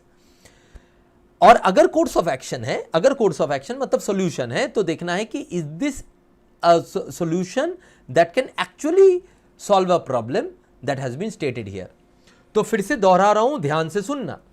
ये जो पैराग्राफ है ये या तो इशू बताता है, मतलब कोई इशू को एक्सप्लेन करता है, या कोई प्रॉब्लम के बारे में बात करता है, ठीक है, राइट, प्रॉब्लम के बारे में बात करता है या इशू बताता है। और ये जो पार्ट है ये इसका रीजन देता है या सॉल्यूशन देता है। अगर रीजन सही है तो यस है, अगर रीजन सही नहीं है तो वो स्ट्रांग नहीं है, नो, तो नो में आएगा वो फिर, राइट। और अगर रीजन प्रॉब्लम सही है, सॉल्यूशन है, तो प्रॉब्लम का सही सॉल्यूशन है, यस में आएगा। क्लियर? अब इसको पढ़ूंगा मैं अभी, इशू को। जजमेंट ऑफ 7 जजेस of the supreme court in Champakam Dorairajan case of 1951, first judgment on the constitutionality of reservation in medical and engineering colleges was a mere 4 pages. mere word बहुत इंपॉर्टेंट है, just 4 pages, मतलब 4 pages कम है author के हिसाब से। By contrast, without any significant reason, बहुत important part है, by contrast, without any significant reason, the judgment of 9 judges of the Supreme Court in Indira Savani's case in 1992 on constitutionality of OBC reservation ran to a whopping 556 pages. Second line बहुत कुछ clear कर देता है। देखो शब्दों में ही तो लोगों का थॉट्स समझ में आता है। पता है क्रिटिकल रीजनिंग क्यों इंपॉर्टेंट है इतना ज़्यादा? कल आप पीओ बनोगे, कल आप क्लरिकल पे जाओगे, उसके बाद भी ऑफिसर लेवल पे जाओगे, एक अच्छा डिसीजन लेवल मेकिंग लेवल पे रहोगे। आपको कस्टमर का, आपके बॉस का, आपके आसपास के लोगों के बातों से समझना पड़ेगा कि वो क्या मीन करना चाह रहे हैं, और उसके अगेंस्ट पे आपको अपना उसके हिसाब से आपको अपना काम करना पड़ेगा, राइट। तो वो तभी कर पाओगे जब आप लिखे हुए शब्द समझ सको। ये क्या बोल रहा है? जजमेंट ऑफ द, जो पुराना जजमेंट था वो मात्र 4 पेज का था, और वो एक सिमिलर केस में ही जब 92 में केस आया, विदाउट एनी सिग्निफिकेंट रीजन, कुछ खास रीजन नहीं था, पर वो 556 पेज का था। अब ये एक स्टेटमेंट हो गया। अब देखते हैं इनका रीजन। हम ये स्टेटमेंट ऑफ इशू है, ये तो प्रॉब्लम है नहीं, सॉल्यूशन तो कुछ है नहीं इसका। इशू इन, मैं ये पहले पढ़ता ही नहीं हूं, मैं पहले क्या पढ़ता हूं, ये issue in earlier cases of 1951 were less complex than issues in later cases of 1992. इसीलिए ये लंबा जजमेंट था, वो है। क्या ये रीजन आपका एक्सप्लेन करता है क्यों आपका सेकंड जजमेंट इतना बड़ा था या लेटर जजमेंट इतना बड़ा था? अब सब ज्यादातर लोगों ने ए मार्क किया है, तो आप लोगों को लगता है कि वो करता है, लेकिन दोस्त फिर ऑथर ने यहां पे ये क्यों यूज किया होगा, बताओ जरा। Without any significant reason, author तो ऑलरेडी तुमको बता ही रहा है भाई, कोई रीजन ज्यादा नहीं था, बट फिर भी भाई साहबों ने 556 पेज का रिपोर्ट कर दिया 4 पेज की जगह पे। So author already has given you information. अगर वो पार्ट नहीं रहता, one would have been strong. मैं आ रहा हूं, क्या स्ट्रॉन्ग होता वो बाद में आ रहा हूं, बट अब समझ में आया क्यों आज के डेट पे वन स्ट्रॉन्ग नहीं है, क्योंकि ऑथर ने ऑलरेडी तुम्हें बता दिया है कि कोई सिग्निफिकेंट रीजन नहीं था। Clear? Next, over the decades no efforts were made by supreme court to keep the judgments in brief. Supreme court को कोई ओवर द डिकेड्स कोई एफर्ट नहीं लगाया ब्रीफ रखने के लिए। अब सोच के बताओ, विदाउट एनी सिग्निफिकेंट रीजन, क्या ये सिग्निफिकेंट रीजन है? मतलब ये रीजन है, ये तो इनसिग्निफिकेंट रीजन है। ये बोल रहा है कि यार सुप्रीम कोर्ट के जो जजेस है ना, उनका अभी मूड है बढ़ा देने का, इसीलिए दे रहा है, ये तो कोई सिग्निफिकेंट रीजन नहीं हुआ। तो इस पार्ट के वजह से ये एलिमिनेट नहीं होता है, ये फिर भी स्ट्रांग रहता है। As a matter of fact this supports the argument कि हाँ भाई, कोई सिग्निफिकेंट रीजन के बिना पे भी इन लोगों ने जजमेंट को लंबा बनाना चालू कर दिया। सो ओवर द डिकेड्स, अगर over the decades from 50 to 90 supreme court has not made any effort to keep small judgment small, तो क्या वो रीजन हो सकता है कि 40 साल बाद वाला जजमेंट 556 पेज का है और 40 साल पहले वाला जजमेंट 4 पेज का है? हो सकता है कि नहीं हो सकता है? सोच के बताओ, दिमाग पे जोर दो। अगर सुप्रीम कोर्ट जो जजमेंट देता है वो सिग्निफिकेंट कोई एफर्ट नहीं ले रहा है जजमेंट को छोटा बनाने का, तो छोटा कैसे होगा? तो फिर ये एकदम एक्सप्लेन करता है क्यों आजकल जजमेंट इतने बड़े बड़े बड़े बड़े हो रहे हैं, करता है ना। तो इस केस में only two is strong, not one, right? Clear? अब क्लियर हुआ क्यों होगा। और अच्छा, विनीता ने बाद में चेंज किया था, रुचि ने शायद बी किया था, बाकी आप सब ने या तो ए या तो डी किया था। क्लियर है अभी? अब आते हैं, एनी डाउट? अच्छा, जिन्होंने डी किया था अब क्लियर है बी क्यों है? ठीक, चलो, गुड, वेरी गुड। खुल रहा है दिमाग में इलेक्ट्रिसिटी दौड़ रहा है। रुचि करेक्ट किया था ना? चलो, गुड, वेरी गुड। चलो नेक्स्ट वाले पे चले। नेक्स्ट वाला, कोर्स ऑफ एक्शन।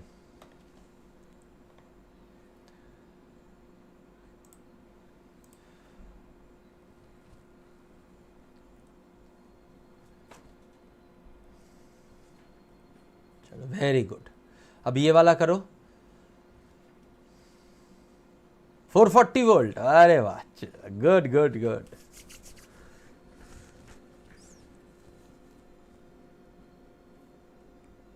यही तो चाहिए। अब उस 440 वोल्ट का यूज करो शिवानी, और इस क्वेश्चन को सही आंसर करो।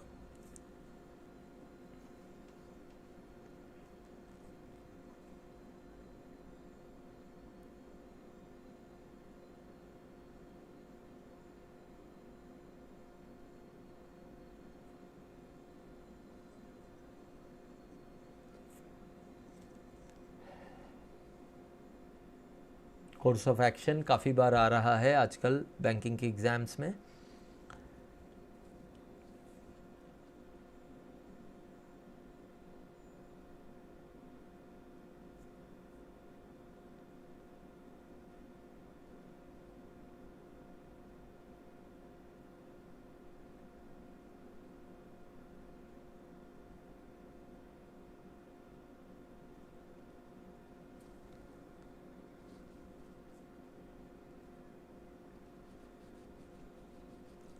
बताओ बताओ, आंसर बताओ। अरे वाह, शिवानी का लगता है सही में 440 वोल्ट चल गया, पहला आंसर आ गया। फिर कशिश का, दोनों का ए है, देखेंगे सही है कि नहीं। बाकी लोग आंसर करो। चलो मैं तब तक एक्सप्लेनेशन स्टार्ट करता हूँ, है ना।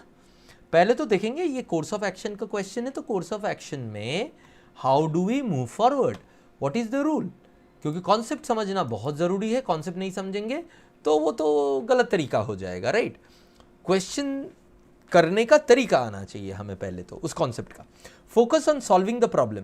देखो जैसे ही बोल रहे हैं कोर्स ऑफ एक्शन, तो मतलब कोई ना कोई प्रॉब्लम ही देंगे ना, तभी तो उसके ऊपर कुछ एक्ट करूंगा, राइट। तो उस प्रॉब्लम को सॉल्व करने में अपना पूरा टाइम दो। Some things which are generally considered positive in course of action question, इस क्वेश्चन में जरूरी नहीं है, लेकिन मैं आप लोगों को बता के जा रहा हूं क्योंकि कोई बोलता नहीं है कि कुछ चीजें जो है अज्यूम किया जाता है। नॉर्मली मैं क्या बोलता हूं कि क्रिटिकल रीजनिंग में ज्यादा अजम्पशन मत करना कुछ बाहर का, लेकिन कोर्स ऑफ एक्शन एक ऐसा एरिया है जहां पे कुछ चीजें बेसिक से अज्यूम किया जाता है। मैंने बोला था ना कि मैं बताऊंगा कि कौन सी चीजें कब कहां अज्यूम करनी है, and those are which are positive, democracy, equality, freedom. ये तीनों चीजें अज्यूम किया जाता है कि पॉजिटिव है, इस तरह की जो चीजें होती है। एंड इसके बियॉन्ड और डेटा के बियॉन्ड आपको कुछ नहीं अज्यूम करने का राइट है, ठीक है, राइट। अब हम इसको करेंगे। अच्छा, उससे पहले मैंने एक बार ऑलरेडी बता दिया, फिर से बता दूं क्योंकि अभी बहुत सारे लोग नए जुड़े हैं, तो उनको भी बता दूं कि अपना स्मार्ट किरक का ऐप जो है अपडेट कर लीजिएगा आज रात को ही, बिकॉज एक बहुत बड़ा सरप्राइज़ आने वाला है। मैंने कुछ बड़ा प्लान किया है आप लोगों के लिए, राइट। तो स्मार्ट किरक का टीम उसके ऊपर काम कर रही है और उसको अनाउंस करने वाली है, या तो आज शाम को या कल सुबह, राइट। और ये इतना बड़ा होगा कि आपके आने वाले मेंस में आपको 10 से इवन उससे भी ऊपर नंबर जो है दे सकता है, अगर मेरे को आप ठीक से फॉलो करोगे सिंसियरली, राइट। तो अपने ऐप को अपडेट कर लेना। Now coming back to this part, in the question below few statements are given depicting an issue or a problem. You have to assume everything in the statements to be true even if they are at variance from commonly known facts, and on the basis of the information given in the statements answer the question follows. ठीक है, ये तो generic सा वो दे दिया इन लोगों ने। Impulse buying, which is considered as using retail therapy as self-care now, actually leads you to overspend on inessential feel-good products. Of course, you should treat yourself and practice self-care, particularly when you feel low, but anything without checks and balances might do more harm than good.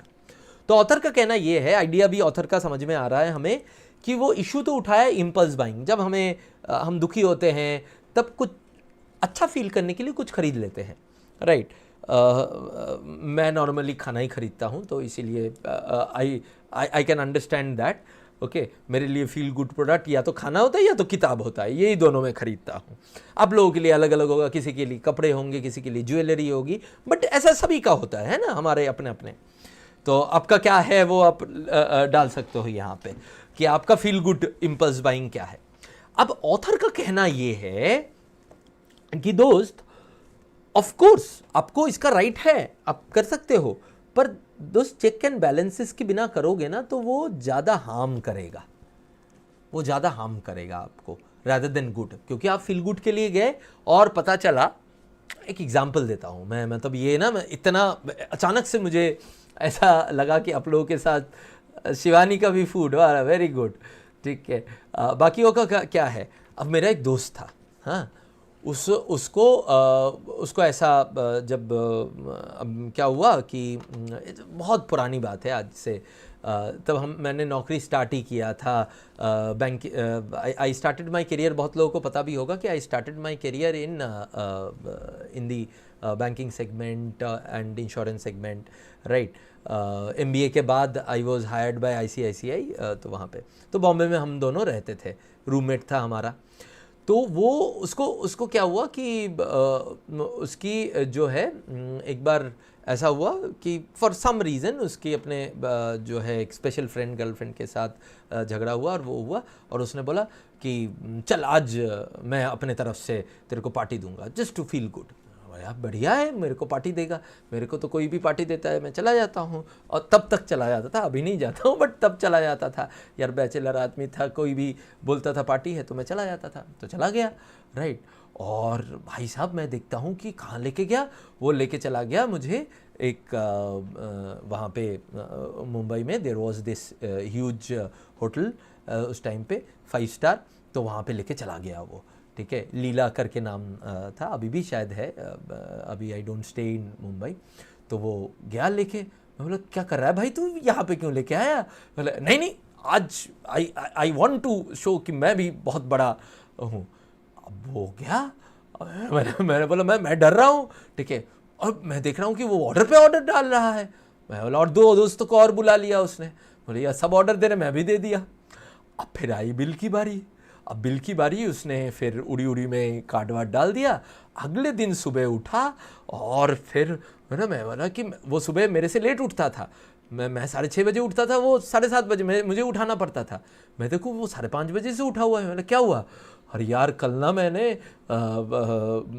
मतलब इतने गुस्से में ना बहुत ज़्यादा ही खर्चा कर दिया, और वो भी किया मेरे पिताजी के कार्ड से। और पिताजी रात को मेरे को फ़ोन करके, तू तो सो गया था, और इतना दे दनादन दिया कि मेरी तो हालत ही ख़राब हो गई, राइट। और पिताजी ने बोला कि अगले 7 दिन में वो पैसा वापस करने के लिए। बोला यार तो तू नहीं लेके गया, हमने तो बोला नहीं था। तो वो उसका इम्पल्स बाइंग था, उसने हम लोगों को ट्रीट दे दिया और उसकी बैंड बज गई, राइट। तो ऐसा नहीं करना है, तो ऑथर यही कह रहा है। Sorry to deviate, so this is something I thought that I would share with you. Now coming to the course of action part, ये यहाँ पे ना of course you should treat yourself, तो ऑथर का एक बैलेंस्ड व्यू है, ये हमें समझ में आ रहा है। जैसे मेरे दोस्त को रखना चाहिए था लेकिन अनफॉर्चुनेटली नहीं रखा था। One should use restrain while shopping when one is feeling down. अब ये कोर्स ऑफ एक्शन अगर ऑथर के बेसिस पे, ऑथर क्या इसके साथ एग्री करेगा कि हाँ आपको रेस्ट्रेन रखना चाहिए? It seems perfectly on with this, because it's solving the problem ना। अगर मेरे पास रेस्ट्रेन है तो मैं ज़्यादा नहीं खर्चा करूंगा, तो ऑथर जो प्रॉब्लम बोल रहा है वो मेरे को होने ही नहीं वाला है। वो उस दिन लीला में ना लेके जाके वो कहीं दूसरे पे लेके जाता तो कोई प्रॉब्लम नहीं था, राइट। यस पीयूष, मैं वही हूँ जो मेरी शाइन में भी हूँ, राइट। देखते हो आप मुझे, ओके ठीक, ओके। अब क्या औरत का चक्कर, उसका खुद का चक्कर, उसका दिमाग खराब हुआ था। One should not shop in situation, तो ये मेरा ऑप्शन जो है क्लैरिफाई करता है। One should not shop in situations demanding self care. ये एक्सट्रीम है, क्यों बताऊं? क्योंकि बंदा यहां पे बोल रहा है हमारा ऑथर कि you should treat your self, तो ऑथर इसके साथ एग्री नहीं कर पाएगा, क्योंकि आप बोल रहे हो कि एक्सट्रीम स्टेप मत करो, राइट। तो this is not a course of action. A walk in a local garden में also help rejuvenate your mood. Yes it ये कर सकते हैं हम लोग, मतलब ये बोल सकते हैं if, but when I am here, ये मेरा इस प्रॉब्लम को नहीं सॉल्व करता ना, because author is already saying कि आप शॉप कर सकते हो, आप ऑल्टरनेट कुछ कर सकते हो कि नहीं कर सकते हो। ऑथर वो प्रॉब्लम नहीं है। क्या मैंने बोला था? Solve the problem that has been stated, don't solve a problem even if the solution seems to be a good one, don't solve a problem that has not been stated. आपको आपके हाथ में जो प्रॉब्लम है उसको solve कीजिए, जो नहीं है जस्ट बिकॉज आपका ऑप्शन अच्छी दिखती है उसको सॉल्व मत कीजिए। यहां पे आपका प्रॉब्लम है कि शॉपिंग करना चाहिए, बट शॉपिंग के टाइम पे इंपल्सिव होके ज्यादा नहीं खर्चा करना चाहिए। तो ज्यादा ना खर्चा करने का सोल्यूशन क्या है? रेस्ट्रेन रखो, पार्क में चले जाओ, ये सोल्यूशन नहीं हुआ ज्यादा खर्चा ना करने का। समझ रहे हो बात को? तो ये पहले वाले चेक में फेल कर जाता है, तीसरा वाला है आपका। The third option is failing in the first check, where you'll have to see whether it is relevant to the problem or not. Is it clear? Right? So henceforth A is your answer. और ये I am so happy that all of you have answered it correctly. Very good. सिर्फ एक दो ने गलत किया, जिन्होंने गलत किया है are you now clear why A is the answer? Ramsar method याद है? वेरी गुड, चलो करेंगे यहाँ पे भी, हम हिंदी में भी करूँगा वहाँ यहाँ पे, ठीक, चलो गुड। अब लास्ट दो क्वेश्चंस करते हैं, ये है penultimate question, that is last but one question, करिए इसको।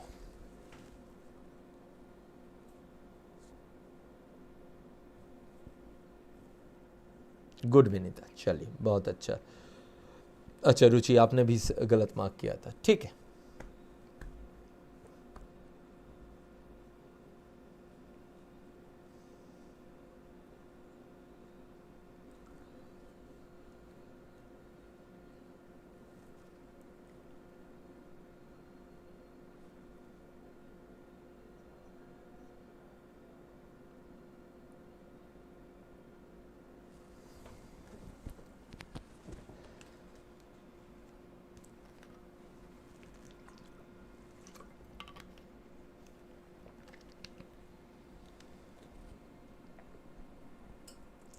अरे वाह, जल्दी आया इसका आंसर।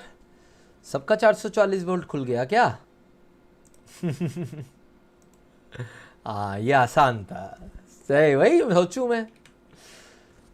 चलो देखते हैं आप लोगों का सही हुआ कि नहीं। कॉज इफेक्ट का क्वेश्चन है। स्टेटमेंट 1 कॉज है, स्टेटमेंट 2 इफेक्ट है, ए ऑप्शन। स्टेटमेंट 2 कॉज है, स्टेटमेंट 1 इफेक्ट है, B option. Both independent cause, C option. Effect of independent cause, D option. और effect of common cause, E option. ठीक है, चलो करते हैं इसको। The prices of tomato have increase considerably this season. ठीक है, अब तो कम हो गए हैं वैसे। Ultimately rain this season has damaged a lot of crops, right. Okay, तो यहां पे प्राइस राइज, ये किस तरह का क्वेश्चन है? कॉज इफेक्ट का क्वेश्चन है। कॉज इफेक्ट में हमें करना क्या चाहिए? देखो ये तो आसान क्वेश्चन था, आप लोगों ने कर लिया। और नॉर्मली जो बैंकिंग में बोथ पीओ और क्लर्क में देखा गया है कॉज इफेक्ट के आसान क्वेश्चन आते हुए, बट जिस तरह से एसबीआई पीओ आगे बढ़ रही है और मोटिवेट हो रही है डिफिकल्ट एग्जाम ऑफ इंडिया से, तो इसीलिए मैंने सोचा कि आपको डिफिकल्ट आया तो भी क्या करना है वो आपको कॉन्सेप्ट से पहले बता दूं, है ना। फॉर रिलेटेड स्टेटमेंट, अगर रिलेटेड है स्टेटमेंट तो पहला केस 1 देखते हैं कि जो स्टेटमेंट है, रीजन, राइट, से स्टेटमेंट, अगर आपका कोई रीजन दिया हुआ है और एक स्टेटमेंट दिया हुआ है, तो रीजन और स्टेटमेंट जो है वो कॉज इफेक्ट में जुड़ा हुआ है। स्टेटमेंट इफेक्ट है तो कुछ किसी चीज का मुझे रीजन बताया गया है और एक स्टेटमेंट दिया गया है। दूसरा केस है, एक जनरल स्टेटमेंट है और उसका एक स्पेसिफिक एग्जाम्पल है, तो जनरल स्टेटमेंट आपका कॉज, स्पेसिफिक एग्जाम्पल आपका इफेक्ट। ठीक है। तीसरा केस है क्रोनोलॉजी, एक ही रिलेटेड इवेंट में एक बंदा एक इवेंट पहले हो रहा है और दूसरा इवेंट बाद में हो रहा है, पहला वाला कॉज दूसरा वाला इफेक्ट। ठीक है, रिलेटेड, ये बहुत इंपॉर्टेंट है इस केस में, है ना।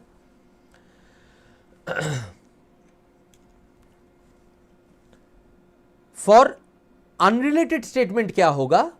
एक तो अनरिलेटेड स्टेटमेंट के लिए ये दोनों ऑप्शन नहीं हो सकते हैं, ऑप्शन ये भी ऑब्वियसली नहीं हो सकता है, ये दोनों हो सकते हैं, ये याद रखना। उसमें जो एक्शन स्टेटमेंट होता है ना दोस्त, वो होता है कॉज, और जो स्टेटमेंट ऑफ इवेंट होता है, इवेंट को स्टेट कर रहा है, एक कुछ हुआ है उसको स्टेट कर रहा है, वो होता है इफेक्ट। इंडिपेंडेंट स्टेटमेंट की बात कर रहा हूं इन दोनों केसेस में, याद रहेगा। अगर दोनों एक्शन स्टेटमेंट है दोनों कॉज, अगर एक एक्शन स्टेटमेंट दोनों इवेंट स्टेटमेंट है तो दोनों इफेक्ट ऑफ इंडिपेंडेंट कॉज। ठीक, राइट। चलो अब आ जाते हैं यहां पे। Prices of tomato have increased considerably this season. एक इवेंट हुआ है, अभी पता नहीं मुझे ये इफेक्ट है कॉज है, ये भी हमेशा याद रखिएगा। मैंने देखा है यूट्यूब में अनफॉर्चुनेटली कि कुछ लोग सीआर जब पढ़ाते हैं तो वो पहले ही डिसाइड कर लेते हैं ये इफेक्ट है या कॉज है। अरे दोस्त, ऐसा थोड़ी ना होता है जिंदगी में। कभी आपको एक स्टेटमेंट है, वो कॉज है इफेक्ट है, कैसे पता चलेगा अगर उससे जुड़ी हुई और कुछ नहीं है? तो फॉर एग्जाम्पल मैं बता रहा हूं, ये कॉज भी हो सकता है, इफेक्ट भी हो सकता है। कैसे? अब prices of tomato have increase considerably this season, therefore people are not able to buy tomato, तो उस केस में ये कॉज हो गया। और इस केस में जैसे यहां पे हुआ, untimely rain this season has damaged a lot of crops, तो रेन के वजह से क्रॉप डैमेज हुआ, क्रॉप डैमेज की वजह से टोमेटो जैसे क्रॉप का प्राइस बढ़ गया। तो this is cause and this is now effect. देखा, यही स्टेटमेंट दूसरा रिलेटेड स्टेटमेंट क्या है उसके बेसिस पे डिटरमाइन होता है कि वो इफेक्ट होगा या कॉज होगा। इस केस में ऑब्वियसली ये इफेक्ट है, क्योंकि ये स्टेटमेंट इज क्रोनोलॉजिकली गिविंग, एक तो क्रोनोलॉजिकली अर्लियर है plus giving the reason for this effect and for this statement. So this is cause and this is effect, which is B, statement 2 cause and statement 1 effect. ठीक है, ठीक। अमन, इससे पहले भी मैंने एक सीआर का सेशन इस चैनल पे लिया है, बाकी इंग्लिश के मेरे सेशंस तो है ही यूट्यूब पे, बाकी I am also planning to bring some more sessions जिसके बारे में कुछ अनाउंस करेंगे, राइट, आगे जाके। बट ये जो सेशंस है ना, जैसे मैंने बोला कि कम करो लेकिन समझ के करो, तो ही वो राइट डायरेक्शन में आपके थॉट प्रोसेस को बिल्ड करेगा। ज्यादा करोगे, गलत तरीके से करोगे, नहीं होगा वो, ठीक, राइट। चलो, so now it is clear. Last question, ये क्वेश्चन आसान था, मैं मानता हूं, पिछला वाला क्वेश्चन, बट अगर डिफिकल्ट आया तो भी मैं कैसे अप्रोच करना है वो मैंने आपको बता दिया है। वेरी गुड अमन, फिर इसको भी पूरा देखिए और आपको और क्लैरिटी आएगी, फिर और भी हम लोग करेंगे, ऑब्वियस ही बात है।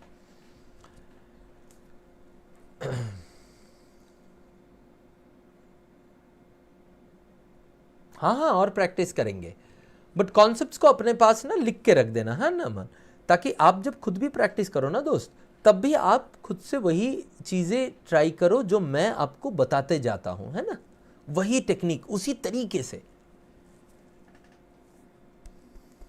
चलो, last question of the day.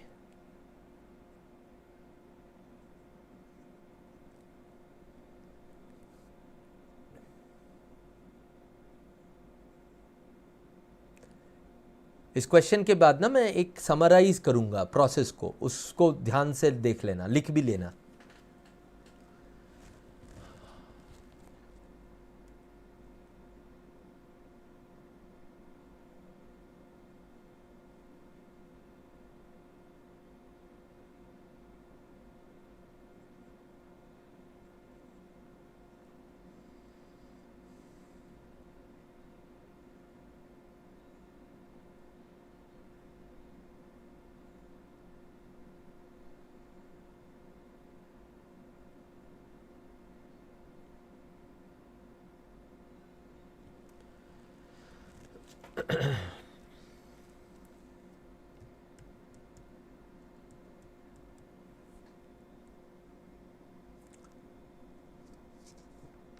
तुहिन ने आंसर किया है पहला, गुड।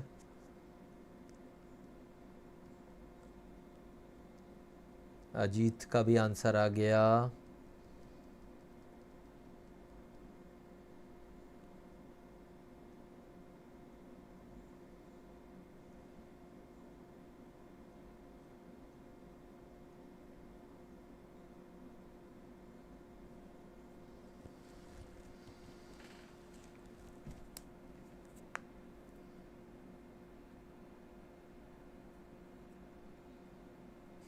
रुचि कंफ्यूज्ड, चलो कंफ्यूजन दूर कर देते हैं, एक्सप्लेन करो।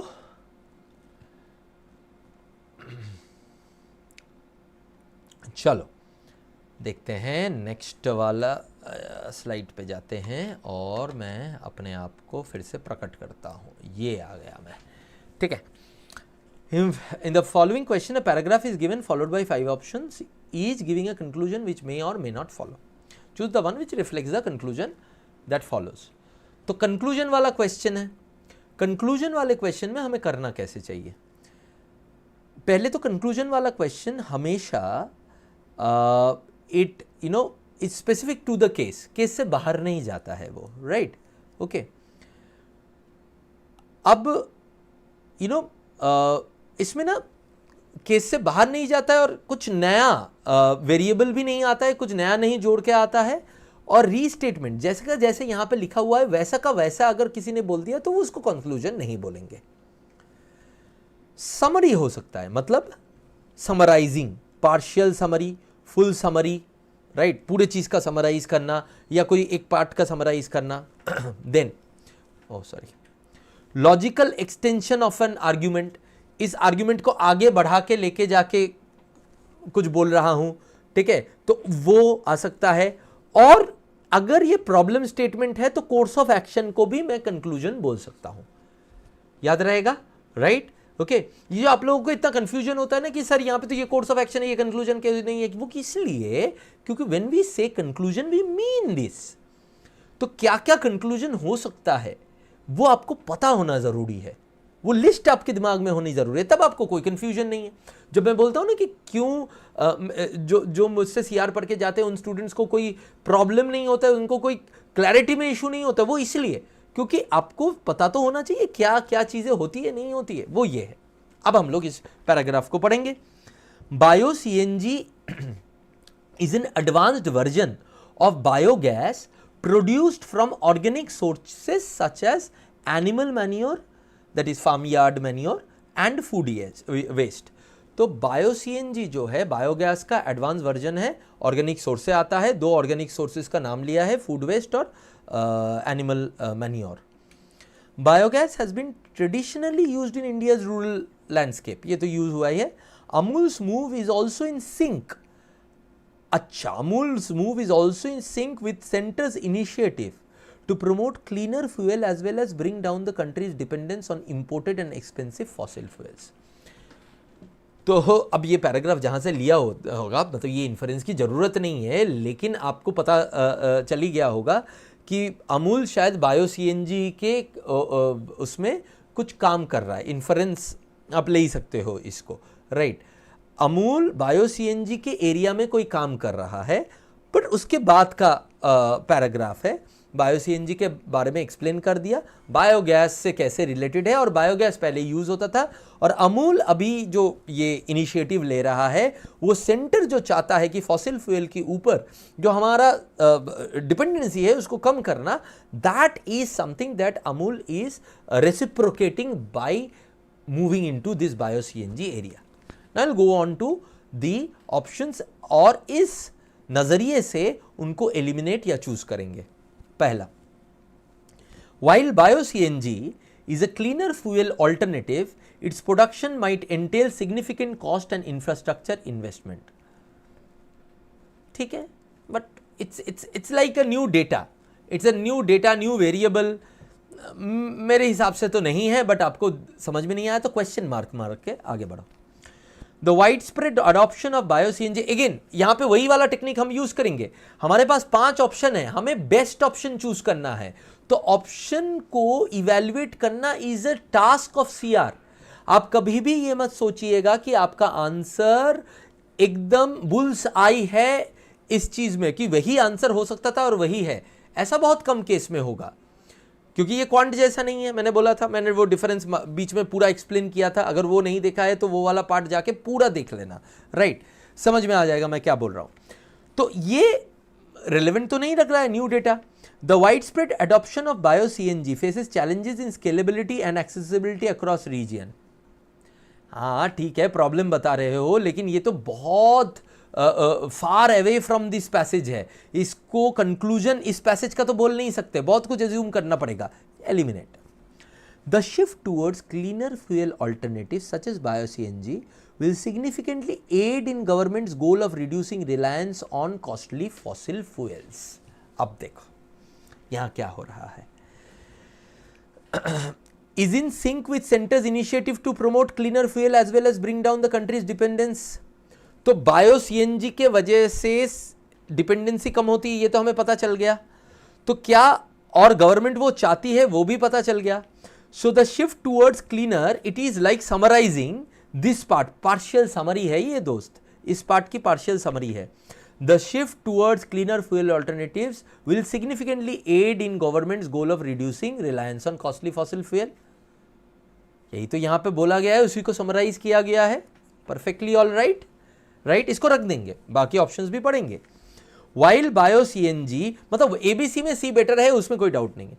While bio CNG adoption is commendable, its impact is significantly reducing India's reliance on imported and expensive fossil fuels.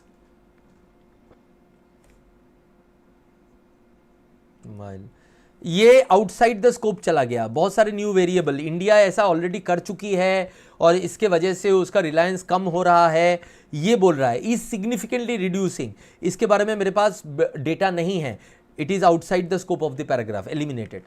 Promotion of cleaner fuel sources like bio-CNG is essential, but a comprehensive approach involving the multiple renewable energy sources is more effective in reducing fossil fuel dependency.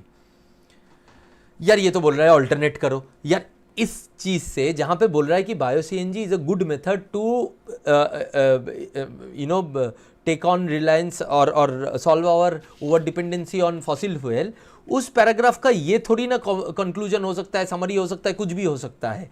ये तो alternate कुछ ला रहा है। That means this is talking about something new which cannot be, it has to be specific to the case. So this is also eliminated, this is also eliminated.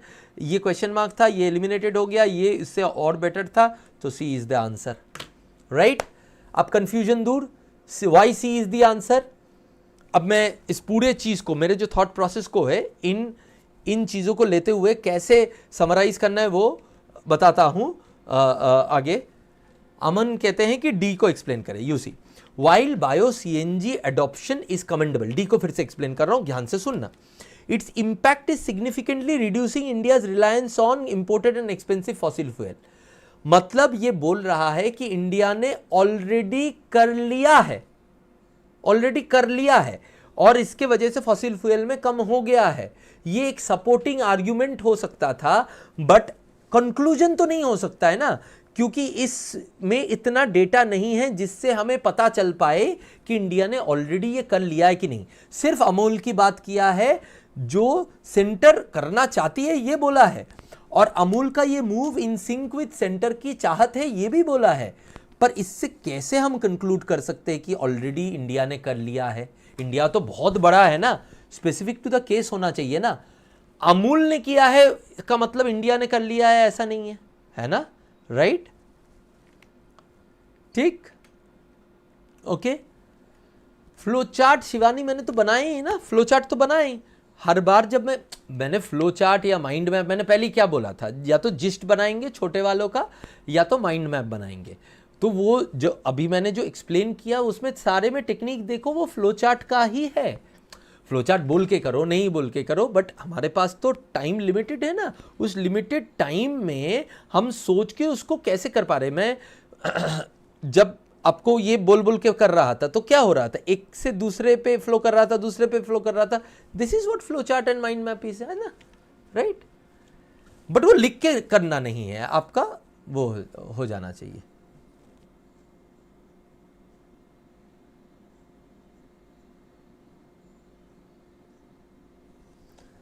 Vinita क्या कह रही है, sir but imported fuels का reference है कहाँ पे रे? नहीं, रेफरेंस हो ना, यही इसीलिए तो overall understanding, summary, mind map क्यों जरूरी है विनीता?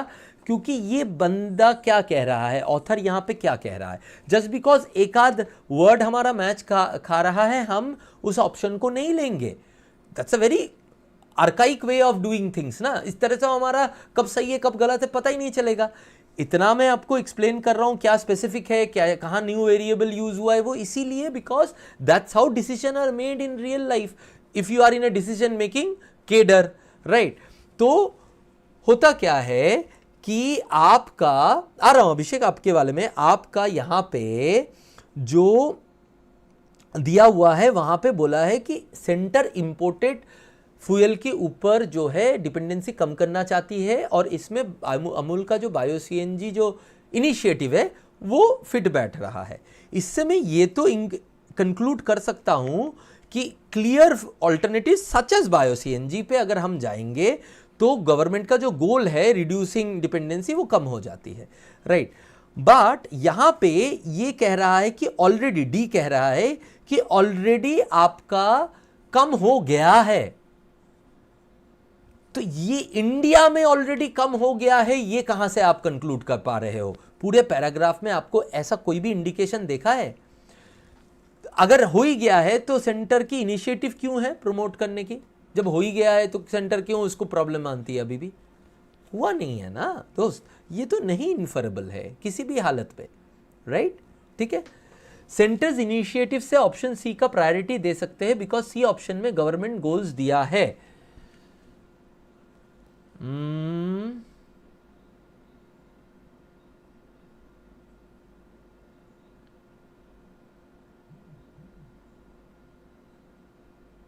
अभिषेक इसको थोड़ा सा और एक्सप्लेन करोगे क्या प्लीज? मुझे ना समझ नहीं आ रहा है। आप क्या ये बोल रहे हो कि सर ये जो government goals of reducing reliance on costly fuel है, इसको हम इसके साथ लिंक कर सकते हैं कि नहीं? क्या ये आप ये कह रहे हो क्या? अगर ये कह रहे हो तो हाँ एकदम ही कर सकते हैं। मैंने वही तो बोला कि ये वाले पार्ट का दोस्त पार्शियल समरी तो है ये, एक तरह से देखा जाए तो, इसीलिए तो ये कंक्लूजन हो रहा है। ये वाले पार्ट का एक पार्शियल समरी तो है, इसीलिए तो ये कंक्लूजन के तौर पे आ रहा है यहाँ पे। या कुछ और बोलना चाहते हो तो वो टाइप इन करो, ठीक है? शिवानी कुछ देर रुक जाओ, जैसे आप पूछ रहे हो, टीम उसको ठीक से वो कर ले। आपको आज रात को या कल सुबह तक ही अनाउंसमेंट मिल जाएगा, राइट? और मैं इतना बोल सकता हूं क्योंकि सरप्राइज है, मैं सरप्राइज टीम इतना मेहनत कर रही है उस सरप्राइज को देने के लिए, तो मैं उस बोल के वो नहीं करूंगा। ये बोल सकता हूं कि डायरेक्ट 7-8 नंबर और 10 से ऊपर इसलिए बोल रहा हूं क्योंकि उसके एप्लीकेशन से आपके और 4 से 8 number very very easily you can get in section, ठीक है? ये मैं हिंट दे सकता हूं, बाकी आप समझदार हो। और क्या कहते हैं, या आज शाम तक या कल सुबह तक आपको मिल जाएगा, ठीक है? अनाउंस होगा। आप स्मार्ट की रखे ऐप चेक कर लेना, और यूट्यूब में भी कल मैं जब आऊँगा तब तो मैं बता ही दूंगा, तब तक तो सस्पेंस उठ जाएगा, पर्दा, है ना? चलो ठीक, अब time for summary. Break down the argument and make a mind map, ठीक है? अमन, सरप्राइज जो अनाउंसमेंट होगा वो वीडियो के फॉर्म में भी आएगा यूट्यूब पे, ऐप में खास करके दिया जाएगा, तो आपको मिल जाएगा वहाँ पे। तो ऐप आपका डाउनलोडेड है, उसको अपडेट करके रखना बस, और कुछ नहीं। कल सुबह अपडेट आ जाएगा उस पर, तो आपको मिल जाएगा, ओके? हाँ, थोड़ी वेट करोगे, मज़ा आएगा आपको देख के। चलो, और कल शाम को तो हम मिल ही रहे हैं। कल शाम को आप 6:30 बजे हम लोग जब मिलेंगे तब उसको लेके डिस्कस भी कर पाएंगे फिर, है ना? फन 6:30 बजे मैं पढ़ाई को फन कराने आता हूँ हर रोज़, मंडे टू फ्राइडे, हाँ, ठीक है? चलो, अब यहाँ पे देखो, break down the argument and make a mind map. अब माइंड मैप को मैं जानबूझ के इस बार मैं लिख के पूरा नहीं कर रहा था। उसका एक रीज़न है, ताकि आपको दिमाग में करना, बिकॉज आपके पास शायद उतना टाइम ना रहे, दिमाग में करना आए, बट कर मैं वही रहा था। अगर आपने नोटिस किया हो, एक्सटर्नल नॉलेज को यूज़ मत कीजिए, use the options as tool to do question along with the concepts that I gave, right? And obviously have confidence in yourself.